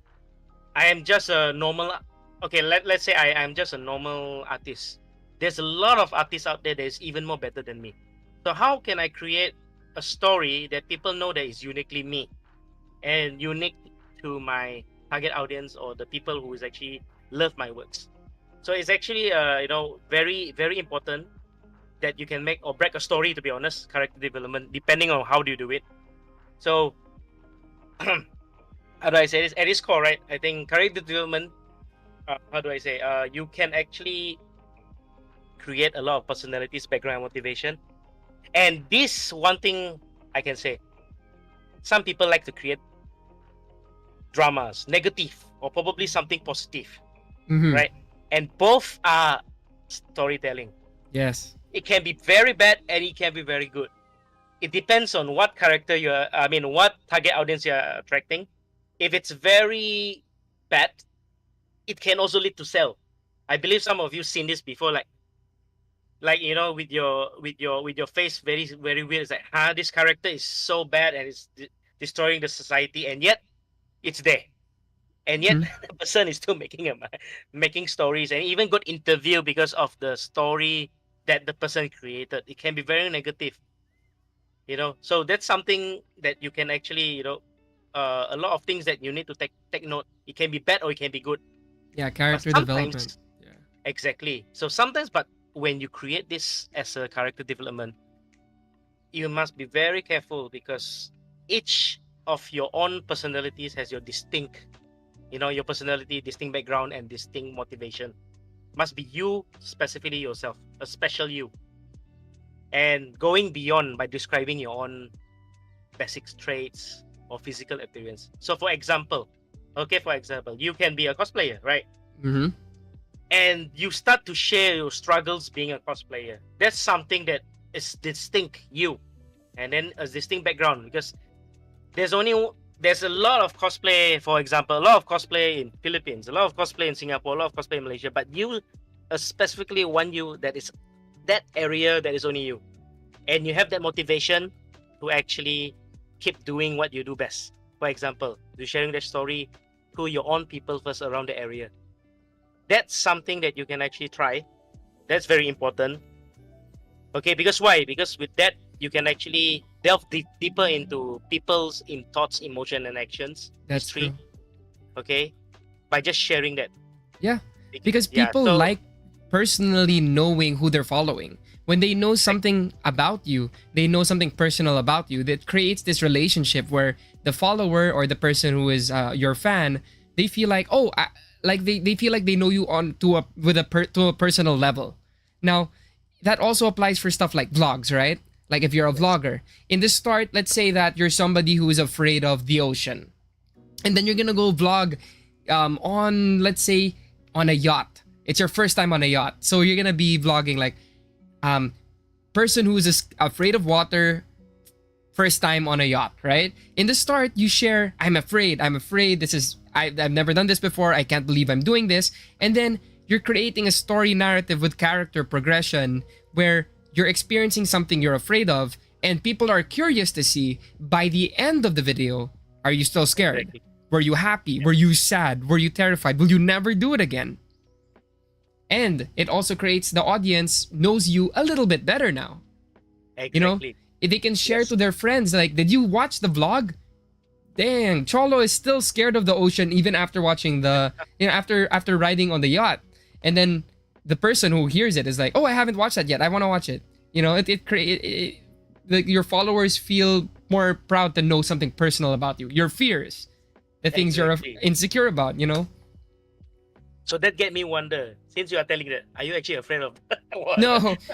No, fun fact, actually, I used to be afraid of the open water. So I had this vlog back then. I used to be afraid of the open water. I don't like it when I can't see the bottom of the ocean. So in the Philippines, it's an archipelago. There are so many islands here and there's so many dive spots. There's a place here called Palawan. And it's a popular, you've heard of it, right? It's beautiful. Yes. When I went there when I was younger, I stayed on the boat. When my brother and my mom, they were diving, they were snorkeling, I was scared. I was on the boat. I was afraid. Now, I had this vlog just maybe half a year ago where my friends invited me to go free diving. That's like scuba diving without like the air tank or anything. It's just you're in the middle of the ocean and you're gonna free dive. You're just gonna swim deep into the bottomless pit of the ocean. And I was afraid, but I did it anyway, and now I enjoy it. And it's something I try to do as regularly as possible. And then people who have been following me for the longest time, they know I was able to overcome that fear, right? So guys, just now what he just said there is actually a story of sorts, and then he did something that you did correctly. You mentioned that you actually have a vlog there, so that you want people will actually curious to know more about you. So that's something that everybody, when they tell the story, please tell them where to see your story. Where, if you are sharing something, please lead them to something that they can actually understand more about you. So that's correct. And why I'm sharing this is because while you are sharing stories, yes, of course, we all started off like, I want to share the stories to the world, not for the sake of making money. Get me there. Eventually, it's for making money. Yes. It's for business. And this is particularly important when it comes to marketing and advertising effort. Because why? People will come and start to find you, and people know that you are unique, and they want your style to promote their brand, for example. And you want you being you to do your stuff, okay, by doing it. For example, Alodia. Why people want to find Alodia? Because the value, the story that she's sharing. And you know that she's going to do a good job. is because the story that she share is actually very important, and Yes. people know that already. It's like, That's true. I'm gonna find you. I don't care how much I'm gonna pay you. Please do a story. Please promote my brand. That's That's true. how I The do it. more you show your personality to people, the more you don't even have to tell your story. Now, an Exactly. example like again, Alodia, people know her already. They know her story, they know her life. She doesn't have to repeatedly say this is what I went through, these are my struggles. No, because they already know. Because that's how they Exactly. branded themselves continuously over time. Exactly. And one thing you mentioned earlier, it's a good tip for creators out there. TikTok, you would split like a video into multiple places, right? Into multiple chapters, chapter 1, chapter 2, chapter 3, chapter 4. Now you can have like a full video on YouTube, let's say, you have a whole vlog, a 20-minute vlog, and then you get a little part of that. Like maybe the most interesting or the funniest part or the most controversial part. It could be 10 seconds. You put that on TikTok and then you just say, and it's funny and people are reacting to it. And in the description, it says full video on YouTube. Now, you're Exactly. telling them to go there. You basically hook them in with, with, again, we're going back to books, right? We're going back to books because we're telling stories. What do you usually do when you get a book? If you want to know if you like the book or not, you're going to read the back. You're going to read the summary, the Yes. most interesting part. And then if you like it, you'll buy the book. You'll read the whole story, right? Yes. I almost want to say I'm gonna smell the book first, but yeah, joking. Oh, okay, that's a sensory thing. You told me that's important. So Yeah, sometimes a lot of way perceived differently. Yes, you are right. Mostly people will read at the summary. Some people smell. Some people like to. Some people buy the book even before reading it because of the design. yes, It's attracting, and then when they get the book, they don't even read it. They'll probably a few months later, then they realize, wait a minute, I have a book here. What is this? Then I will take a read. But it's okay. That's my point. They in social media or nowadays, there's a lot of people that seen your brand but never actually experience it. That's the reason why sharing your story is important. And I'm glad. I mean, there's one thing that everybody should be very happy now because social media has they don't okay, at least especially YouTube and TikTok, the video is still there. So it's technically creating your, how do I say, lock so that people will go back and watch your previous videos. That's something that is the most important.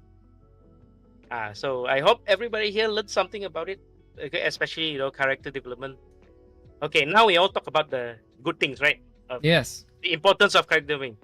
Remember one point: cannot your character development storytelling cannot be overstated.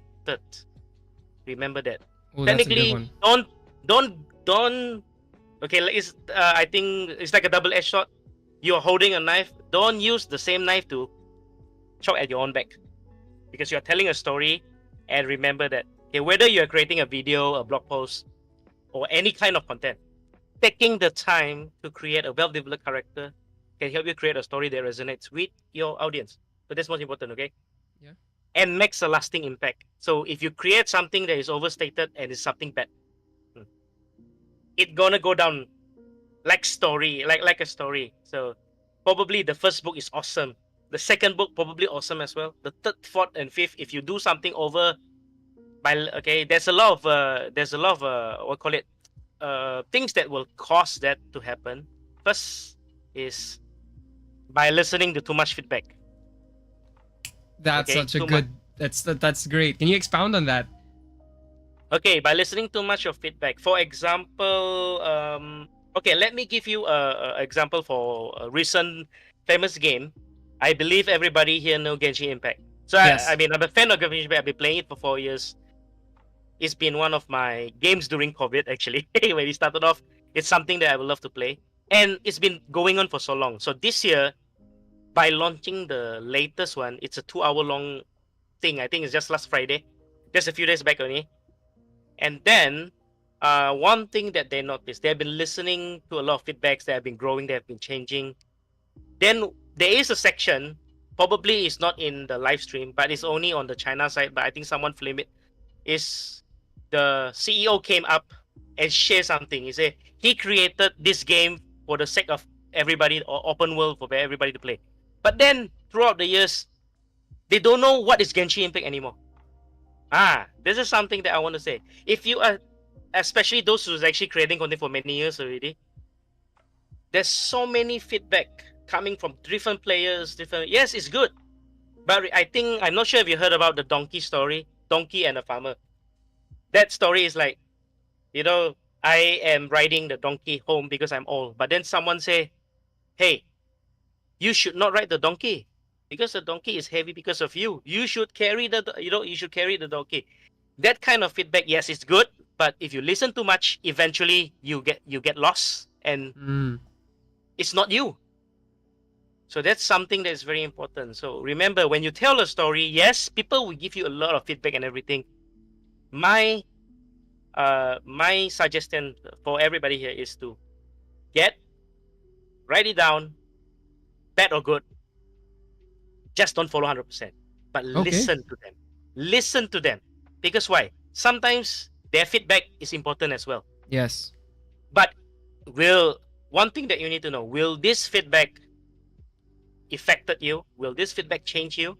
Or just because their feedback is just because they love another artist that does the same thing and they want you to do the same thing as well? Is that you?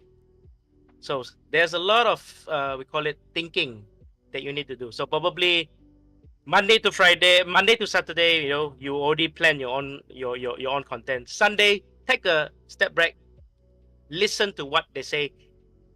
Of course, haters being haters, just take only. But then sometimes you do need to ignore, or probably just study what they actually meant. But if you just follow 100% blindly, You'll that's no turn longer you into anymore. yeah, you'll turn into someone that's not who you started And out. Yeah. exactly, and then okay, this is like I think all the classic love story for couples. I want to change you into what I think you should, and then after you change, we break up because you change. Have you heard this thing? It's pretty Yes, common, it's right? it's a common Because you common thing. change, then I break up with you, right? It's the same.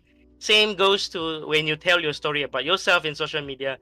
You want to change of someone else, then eventually people will unfollow you because there's no longer what they like to see. Mm. So I think it also happens to a lot of season one, season two dramas that if you heard before, yeah, it's the same thing. So be That's careful. true. That's one thing. Yeah, You don't. always have to remember, right? Yes, Why you yes, correct. started. Yes. So sometimes after you go so far, take a step back, understand why you created it in the first place. So I think a lot of content creators do that as well because of fame. A lot of things, it stresses you. But yes, remember, feedback. Don't change 100% just because of too many feedback comes, around you. Okay, that's one thing. Would you Eh, say it's a good idea to, like on the Sunday you say that you review all the feedback, right? And yes, then you decide which of those feedback will help you grow but exact. not Yeah, yes, change. yes, correct. Grow but not change, right? Yes, grow but not change. Yes, correct. Thanks for sharing that. Yeah. To Yeah. be honest, the reason why I did not share much is because it's up to you actually, because this is more of a you thing. Some Yeah. people prefer to change. That's true. Some people prefer to change. For example, probably my name is now called Candy Life. All right, Mm. Candy. And then a lot of people, probably say you should sing because you look like Kendrick Lamar. By the way, that's an actual feedback. That's an actual feedback I received years ago. Then I tried to be a singer, but should I? I'm an artist. I draw comics. So if I were to change, how should I change? So it depends on yourself. If if I'm a very positive person, probably I can sing while I draw. Then you can create another story out of it. It's like this is an artist that sings. For example, I'm just giving you an example. Of course, I'm not going to that route. It's gonna be tiring for me because that's not me. Yeah. Yeah, but if I want to be that, why not? So sometimes the feedback that you receive, it can be good, it can be bad. But no, to me, no feedback is bad. People just want to, give you feedback is very good already. But the only thing is, like you said, you just said, learn, grow, not Yeah. change. I was actually thinking about it. Like maybe when you're starting to turn yourself into a brand, like as a creative, like you're turning yourself into a brand, you have to list down your base. Like you have to list Yes. down what your core principles and properties and traits are as a creative or as a brand. and you will never change those, but everything else, maybe you can evolve to add value to yourself. But then if you have something, let's say you're an artist, right? And then your gimmick, your 100% branding is you're only going to use pastel colors. That's your gimmick. That's what people know you as. And then suddenly somebody gives feedback, right? Like, start doing black and white, or just do black and white instead, or start going past pastel colors. Yes. You have to sit down and think, is that going to change my core branding? And Exactly. also, are you trying to please? Who are you trying to please? Who are you trying to please when you change? So, are you trying to Exactly. please the one guy who gave you feedback, but end up disappointing the rest of the people who follow you for your core branding? Yeah. Yes. Correct. I have a question for you. So, Yes. was there ever a moment that you encountered that, like, somebody gave you feedback and you were very tempted to change just for that one feedback that you got?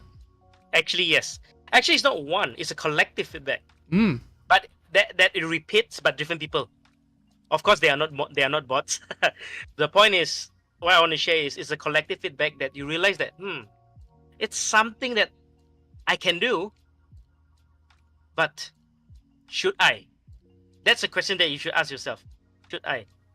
If it's something that will grow, that can make you grow as a brand, as a as a person, as a content creator, probably you can try. And if you want to do that, that's your message.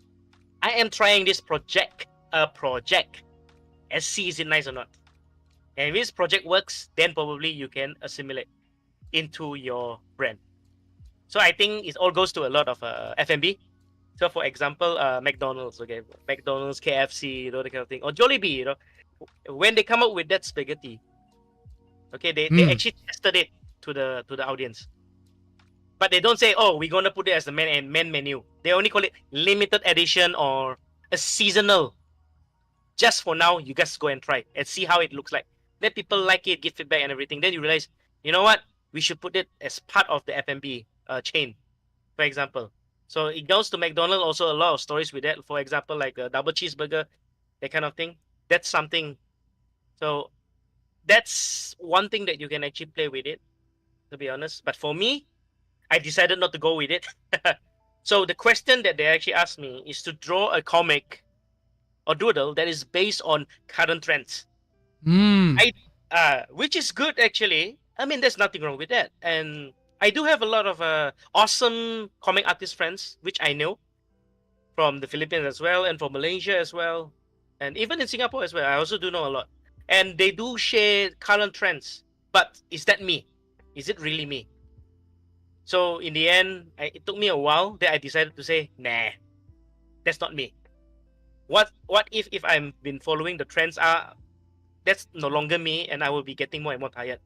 Yeah. Because I'm doing something that it becomes a work already. It's like your hobby becomes a work. And yes, you should be happy by doing what you like to do, but suddenly you're doing something like your boss tells you to do. That's true, because it That has to sounds fit okay. within your lifestyle. Like, Exactly. if you're someone who is always constantly looking at the latest trends, then you can start doing applying the feedback, like, okay, yeah, I can. It's something that aligns with me. It's not extra work.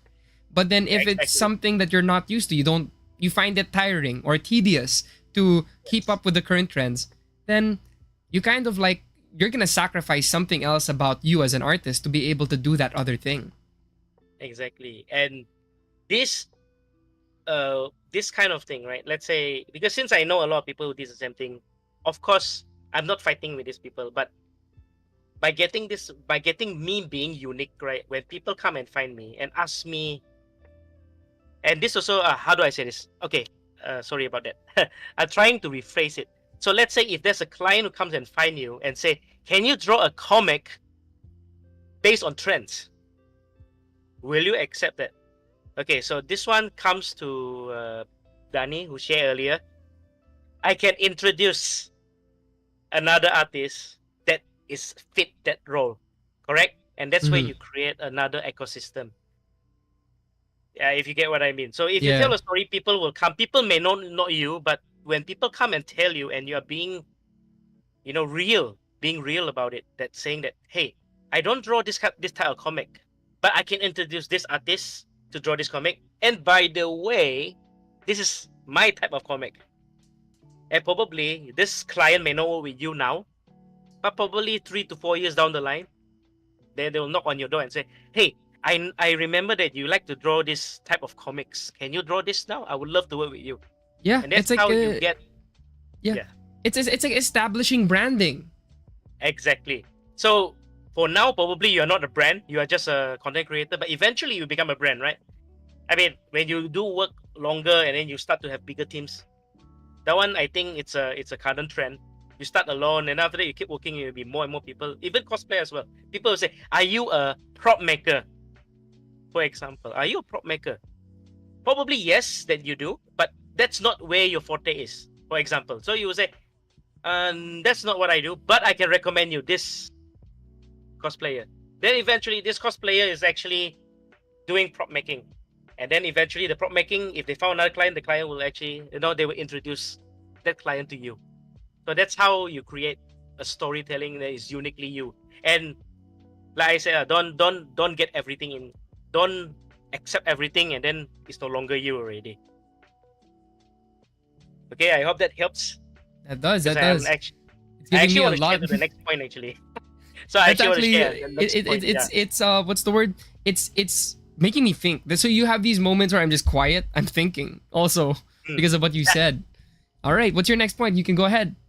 Okay, so the next point, in by telling your storytelling, I think all of us know this, but may not realize it. So it's to incorporate emotional appeal. So I think we all know silent ads is very touching, Mm-hmm. right? Sometimes it make you cry, but then after that, it actually goes to the, at the end, it's like, oh, that's actually something that I don't even don't even think that is actually that brand, for example. So why creating emotional appeal? To create a stronger connection with your audience. So comic artists did the same thing. Some comic artists actually draw epic stories that people want to know more. And then by telling the stories, they live within, like, for example, historical comics, which is quite famous as well, or isekai, going to another world comics. That kind of thing. When people start drawing, what people like to, want to feel about it, because it's emotional to running, joy by escaping the actual world to go to another world, and that kind of thing. So I think we in here, by telling a storytelling, right? There's actually four things, four emotion example that I can share with you: joy, Mm-hmm. sadness, anger, anger, and fear. Yes, why I'm sharing this, because when I say joy, of course, it's to make people laugh, to make people feel, sometimes you like tired at work, then you're on your social media, then suddenly you look at a comic that is funny and you laugh. Or Yeah. probably you watch a TikTok video, you laugh. Right? Or you create, or sometimes you scroll around and you see a story that instincts sadness. Technically is to tell people, for example, the earth is dying, for example, very hot, it go green. In the end, it tells us a message like, please go green. How about anger and fear? Anger is something, okay, anger is very tricky here, but it's actually one of the strongest thing. So this is something that, well, politicians like to play. Well, like to play, but then we also can play. So how do we do that? Not creating drama. No, no, no, it's not creating drama. Creating a storyline that people wants to know more, but angry by getting anger. For example, Thanos from Marvel. Okay, he gets the Infinity Gauntlet, and then he's trying to flip it, and it all gone. Correct? Yeah. Don't you think you get angry because of that? Say, damn, damn it, everything. Yes. Okay, And once the movie ended, then you see a lot of story about it. It's like, why the Ant-Man can just go to turn turn into a mini Ant-Man and go in and just kill Thanos immediately. Right? There's a Yeah. lot of people who share the kind of thing, and that's what the studio wants. They want people to create more story and topic around that. That anger is the one that is healthy. So it's a very tricky thing to play. If for those who's creating content or content creator, if you want to make people angry, make sure it's something that you can control. Yourself can control, not the public, not control the public, but yourself can control. Something that is giving positive. So, for example, Thanos, it's something that make people angry. Like, why? Come on, the director should do this, do that, do this, do that. Okay, I understand. But eventually, people still watch the second movie. Correct? People still watch because why? They want to know what's next. So that's the anger that people want to instill their emotion, and then they actually get more. I don't know why they get more active by knowing more. For example, I think you can see a lot of example that you can see around social media and even TikTok also as well. That's right. Sometimes you know the TikTok, the quiet one, the what is it? I forgot the content creator, but he's one of the most famous one. Like he don't talk, but he look at the video saying that how to open a can, for example, how to open a can, and it's like you have to spend a lot of steps just to open it, right? But then that guy is like, got so quiet, and then he just open his eyes, open big, like just show like that. Yeah. Yeah. That instills anger, actually, by the way, and Yes. at the same time, it instills joy.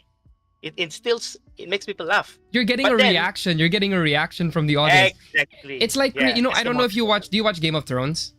Yes. Oh, Yeah. they are very good at creating characters you hate to love. Yeah. You Correct. love to hate. You love to hate. They create characters you love to hate, and even if you hate this person, when you see him, you're angry. You're curious to see what terrible thing he's gonna do next. One thing that you can actually create. Yes, you're right. Okay, create a character that has a love-hate relationship. So it's like, I hate this character, but I kind of love this guy. The kind of thing. Or create a antagonist that actually not bad. It's an anti-hero that you love. For example, I think there's one that you can actually recently the movie Deadpool. Yeah. He's not actually something to make you joy. It's actually to make you angry, but it makes you happy as well because it's funny, and he's actually an anti-hero. So stories like this attracts people. So that's something that you can actually play with it. Like I said, must be very positive because once you create an anger, people will just continue get more angry, and when they get more angry, eventually, that's something that everybody don't want: conflicts and cancer culture. Yeah. That's something that is very bad, especially. But usually they play with the anger and one more thing, fear. So fear is a bit hard to actually explain, but I can tell you in terms of comics, some people actually draw comics that is very scary. For example, ghost stories in your school in the Philippines or abandoned hospitals. So yes, I can tell stories about you and make you feel afraid. And the best example for those who is in the Chinese community, this is the ghost month. the Karawa is the ghost month. Yeah. Everyone is very I'm afraid, familiar with everything that. of Yeah. So a lot of things that you can actually instill fear to people, but let people want to know more. So there's a lot of okay, for example, so this month is the ghost month. I can draw comics about. Do you know people actually do this? But in the terms of comics, and by that, do you know thing, you can actually create a TikTok video like, do you know the Chinese community why they start burning essence, this and that during the ghost month? It's because of this. People like to know, but actually, in a way, they're actually afraid. And then, for example, do you know when during the ghost month you look at the coin on the floor, you cannot pick it up? For example, that's actually a thing that actually people create on TikTok nowadays. You can, and then people will actually view. It goes higher view, especially on the ghost month or Halloween month. Especially on October. Yeah. Exactly. So that what fear, you can actually play, instill reaction to people and let people say, oh, I didn't know. Do you know that how scary of the ghosts in Southeast Asia compared to American or Western counterparts, the kind of thing. that kind of thing, you can actually create a story. Or probably you yourself is a ghost hunter. You never know, right? Some people create a content like, oh, like let's hello team, today I'm going to go check this abandoned house, for example. So this is something that make your content more relatable, Yeah. and there's people how to know you, and then engaging for your audience in the end. So by playing this main four, there's actually other more emotion, but the most famous, the famous four lah, the fantastic four is this four: joy, sadness, anger, and fear. That's true. And they all instill excitement. Exactly. Because joy, it's pretty obvious how you can instill excitement there. But then again, with fear and anger, are either are curious and excited to see what they do next, or how they will be overcome. Exactly. Yes. Yes. And by adding that, including for my first very early point, mixing with sensory, your story will be getting more and more epic. People will like open their eyes and I want to know more. I want to know what's next. And when people are starting to asking you that, that's where you are successful. Yes. People know that, yeah, I have a story to tell now. But remember this, every time when people start asking you, like, what's next? Don't be too over to your head. Remember that. So, remember Game of Thrones? The final season? It was so good. Then suddenly, huh? Ended already? Huh? Okay, that, you get what I mean. Because Yeah, why? I get what you mean. I get what you mean. It got so high, people love it. The hype is there. It's not because of budget. Don't forget, it's never been the budget, especially when it's very good. And why they want to finish it so fast? Why the storyline has become so rushing? It's same. I mean, I think you've seen this in previous history in dramas. Not only dramas, it can be artists as well. Even artists is the same. When they create a comic book, okay, I'm not sure if you know Academia, the hero, My Hero Academia. I'm not sure if you watched the anime before. I think you cosplayed one of the characters from that. Deku. Yeah. Yeah, Deku. Yeah, there you go. I actually watched that guy. I actually follow you. Anyway, the end of the story, I think it ended already, right? So a lot of people actually got a very mixed feeling about it. Yes, I had the mixed feeling also as well. There you go. So that's something. Is like, what's next? So that's something. Don't be too over your head and don't finish it too quickly. So there's a lot of example that you can actually take. For example, okay, because since I draw comics, so I'm gonna put another comic example, Naruto. Yes. So when the comic ended, it's actually ended with a very interesting way. People like, there you go again. Yeah, finally it ended for so many years, right? People don't like, why it ended like that? You just say, there you go, it ended. Wow, it's been a good journey.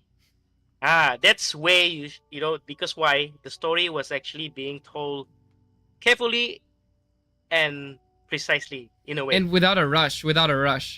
Exactly. And then they simply created a filler like, oh, there's a filler movie is between this period to this period.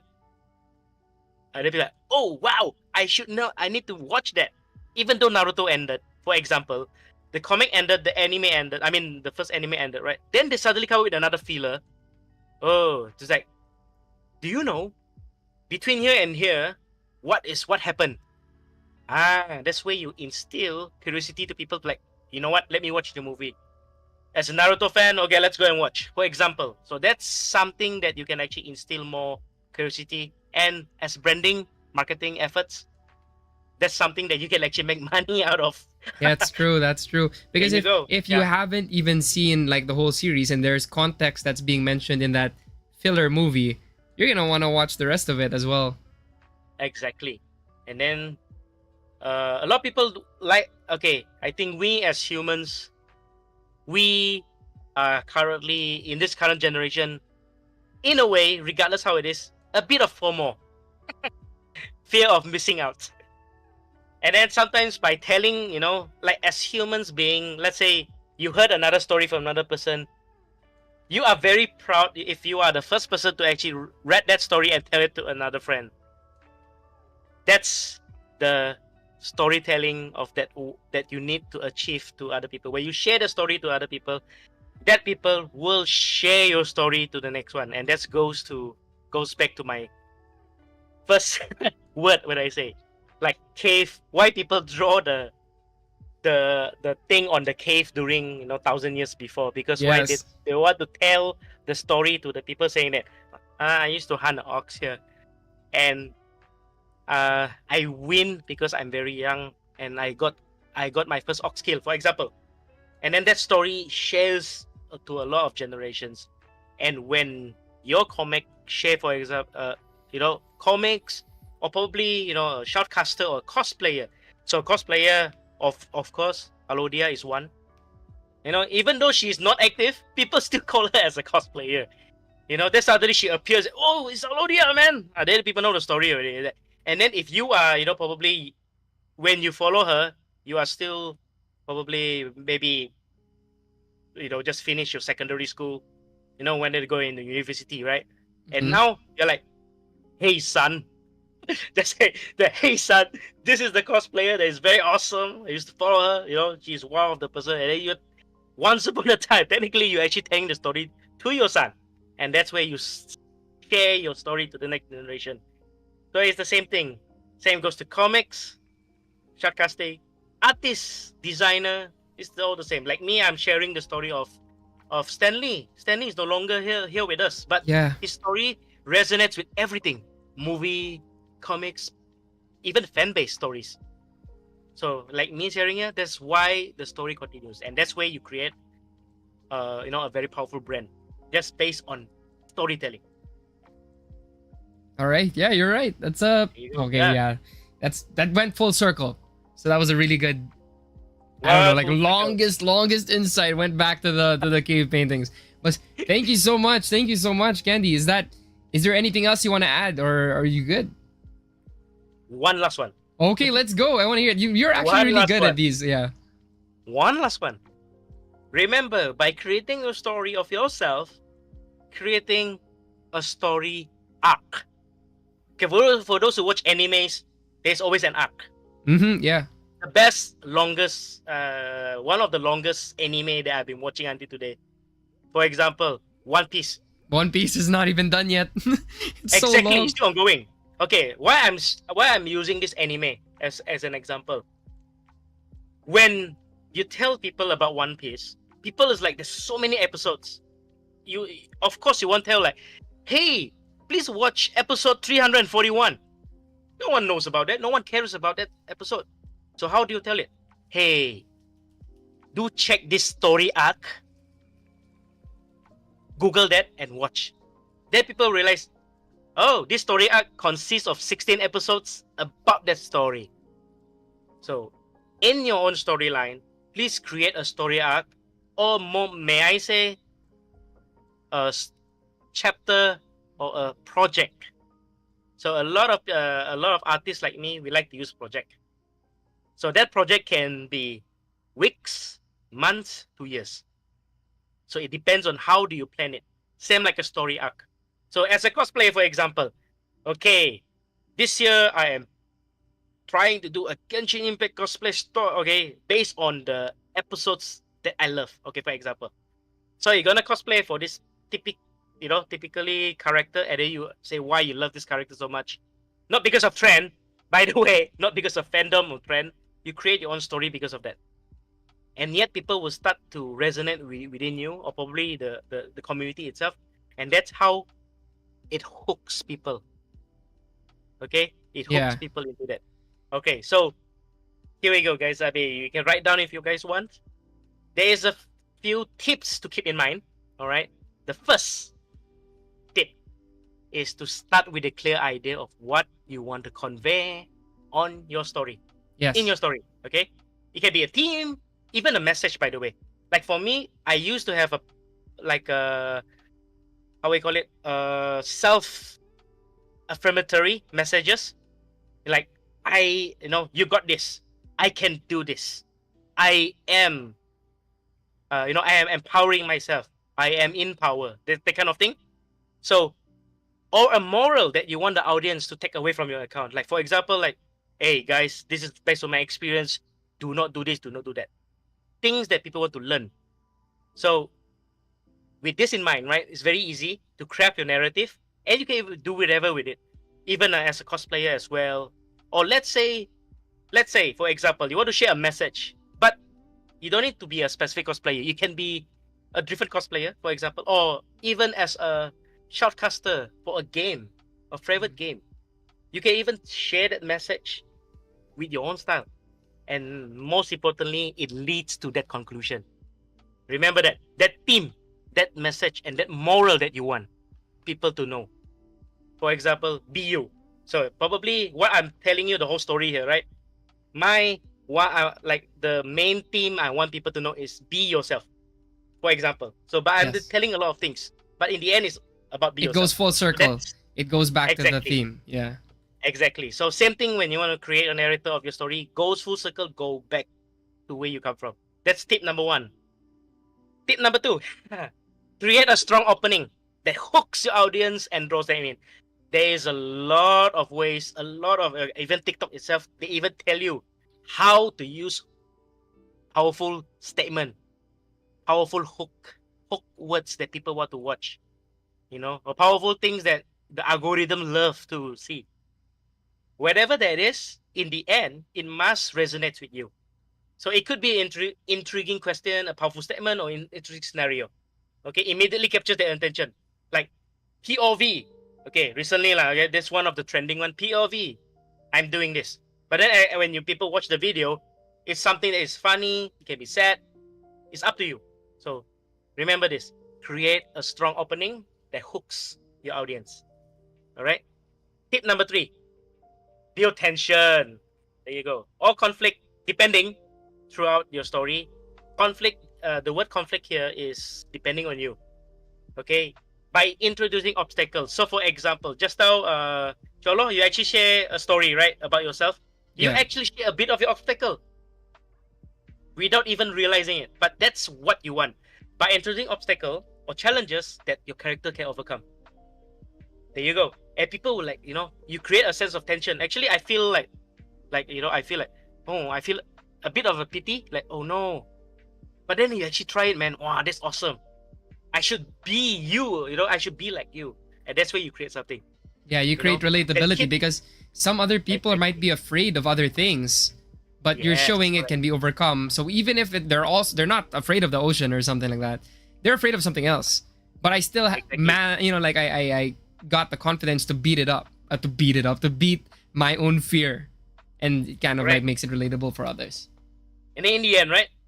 That's why the audience that just now you just share a little bit, right? That they might invest in your outcome because what they want to see what's next. What's the outcome of your by overcoming that fear? Do you become a diver? Whoa, even better, right? Yeah. Then do you become a cosplayer that dives? That's even epic. Well, for example, I'll just give you an example. But yeah, there you go. People will love to watch that. So that's something that would try. And then in the end, it's not what the audience wants. Remember, they don't shape you. You shape them. Remember that. They don't shape you. Yes, I know there's a lot of trending, but people like to watch your story, not you create a story based on what they want you to be. Because they are not you, you are not. Okay, remember, they are not you. You are not doing story because of what they want you to be. So remember that. Once you know that point of view, you keep doing what you do best. So for example, you do your own story, right? People will keep watching eventually. Because why? That's you. Okay, so that's the third tip. The fourth tip. Okay, there's actually five. So is incorporate character development into your story, which you just did as well, Yolo. There you go. Is it just a very short statement only? A very short sentence about his story, and that works. And like I said, creating relatable and dynamic characters. It depending, you can create your own characters or yourself as a character that grow throughout the narrative. It can be also your friend, or I'm just sharing another people's story. Because I draw comics, I usually draw either me as a first person or a third person, or a narrator within the story. So in this side, I'm actually like a narrator within a story, telling a story, something like that. So you can do that as well. You can make your story more engaging by doing that, okay, and relatable for your audience. So I hope any more questions. I think you have any questions, Cholo. None, actually. No, no. Okay. The fifth and the final tip, All right. okay, is to create a satisfying conclusion. Very, very important. That ties everything together. Like I said, go on and leave your audience with a clear message and takeaway. So in the end, you create that few episodes. The same thing. If you watch One Piece, you watch Doraemon as well, or you watch any anime that has an arc and it ended up of why. And there's a takeaway by the end. It could be a moral or a lesson, a call of action. In the end, like, okay, I'm not sure if you heard this before. There's a advertisement from Japan called Long, this, like a candy one. I'm not sure if you know. The reason why I suddenly thought about it is the candy, like long, hey, create that thing, right? There's a lot of ads related to that, but in the end, is to sell the candy. So that's something. So an action, a thought-provoking question, or to encourage your audience to reflect on the story. Same goes to Marvel movies or any other movies that you watch. In the end, after you come up from the cinema, you still talk about it, right? Yes. That's something, a takeaway that is very important that you need to do. Yeah. So yeah, there you go. That's the 5 tip. Yeah, and that was a very satisfying conclusion. Good. Yes. Yeah, we are full circle there. Thank you. That was great. That was great. Those are amazing tips that can be applied to anything under the line of creation. Like it could be a vlog, it could be a picture or a set of pictures that leading up to something, or like an artwork, even music. Any creator can learn from what you just said. Correct. Yeah. Yeah, so yeah, that was great. Thank you so much. That was super insightful. I'm really glad. Like, despite not having slides, you are very, very prepared. Did you have like bullet points? No, it was all the top of your head. No, like I'm actually watching at my own face now on the YouTube. Whoa. I'm Okay. watching the YouTube. Yeah. So I'm just like wanted to see if the eye go blur or I just hit something. You're fine. You're fine. So thank you. Thank you so much. Thank you so much, Candy Life. I love the tips. I feel like I learned a lot from this. So I'm sure that the audience who is watching as well learned great as well. Yes. I have a question for you. We have a question. Yep. What's a favorite comic or story that you worked on? Your favorite, but the feedback online wasn't very good. Actually there is. Okay. This Okay, one is like go share quite away. a few years ago. It's actually a store. It's actually came from a story of a friend, sister who passed away, and then he wants me to draw into a comic. Mm. Yeah, so I actually drew that whole story, and when the message is very clear, like the main message of this comic is appreciate the small moments. Little moments are very important, or else you will lose it once the person is go away. It's a very touching, sad story that I drew, and the target audience is actually Australia. And then apparently it got backlash. Oh wow. Okay. It Wild. got backlash. It's not because of the comic. It's the message that is being shared. So to be honest, it took me a while to understand why. Like I've been drawing a comic based on another person's story. So usually I'll put it based on a true story, right? Yeah. But then it actually, back step around me, and then it's like, I think it's just because the when the person shared the story, another friend, it's a bit of a mini drama lah. Another person does, probably don't like the story of the person. I think it's the girlfriend to being shared, and then he start to create a lot of fake, like saying that this comic is fake, don't read it, the kind of thing. And by the way, guys, you may have haters that will try many ways to destroy you, Mhm. to destroy your storytelling. But remember, keep doing the story and finish where you started it. Not because you start halfway and then after that, The haters scare you and you stop. No, yes, no. then you stop. No, because why? Once you stop, they win. That's you. true. And they was And like, there you go, man. Then they just shut you down, and then you lost everything already. Then and the thing you is, eventually just go down. like haters are more vocal. They're more likely to say nasty things online. But there's Yes, always less haters than there are supporters, because the reason you have a following in the first place is because you have lots of supporters. It's just correct. people behind the screen have a tendency, and this is based on my experience and a lot of other of my friends they're creators as well, and they explain the same thing. When you're behind the screen, you're more likely to comment negative comments versus positive comments. You could be supportive and you can love the content, but you're not as compelled to comment something like, I love this is great. But it's easy to say, I hate this, it sucks. So don't, I would say, like, don't let the haters get to you, because there are always 20 or 100 more silent supporters there who have your back. Exactly. Yes, that's very important. So, like I said, when you tell a story, make sure you finish it, and like what you just said just now. So, yeah, lah, I hope that answers the question. Yeah, I think it does. I think it does. Yeah. Thank you. Thank you. So, Yeah. yeah. Thank you so much, Candy Life. This was supposed to be a 1 hour live stream, like the both of you guys, but wow, we are pushing. We are pushing 2 hours and 30 minutes, because there was just so many insights, so much to learn from everything that both you and Danny shared with us. So, thank you so much for being a part of this. And yeah, we're always happy to have you. So, thank you so much. so much. Yeah. Thanks for having me. All right, anytime. Okay, bye. Oh, by the way, before Bye. you go, Yes. Yes. I forgot. Do you want to promote your social media to our All right. audience? For anyone who wants to follow me, follow me in Facebook, TikTok, and other social media is Kendylife, KNDYLIFE, except Instagram, which is a double at the back, Kendylife 88. The reason why is 88, because yeah. there's a lot of people using my name, and I'm still fighting with with Meta to fight these fakers. Yes, there's a lot of people trying to be me. Well, they want to be you. Yeah. So thank you so much Yep. for that. Hopefully you guys can follow Candy Life over here. Amazing art and great insights. And now you know a little bit more about him and his journey. And hopefully that compels you to support him as well. Thank you so much. Thank you. Thank you so much. Yeah. All right. Bye. Bye. Okay, so we're back on the solo screen right now. I am so happy to have had Candy Life and Danny for this. And now I just want to end this with a thank you to both our guests, if they're still here, and to everyone who participated.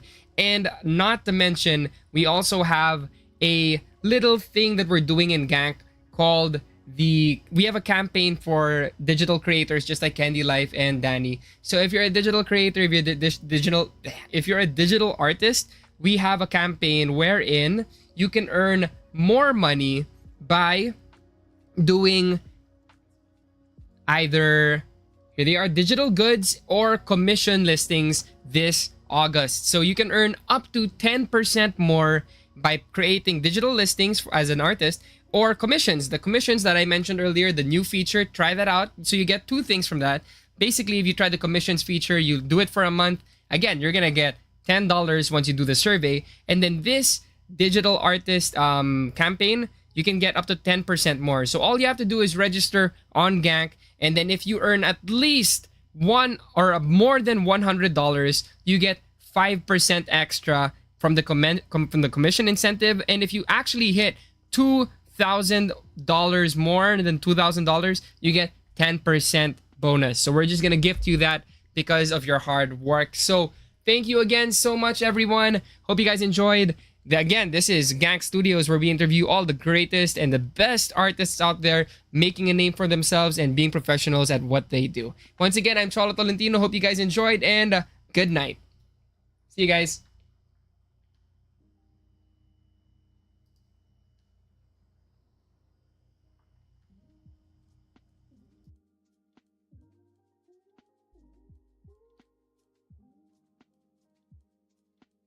Wow. Thank you. Thank you. Apparently I followed you. Lols. But not by Candy Life, my own personal account. Hendrik. Hendrik Ang. Okay, let me do something that is very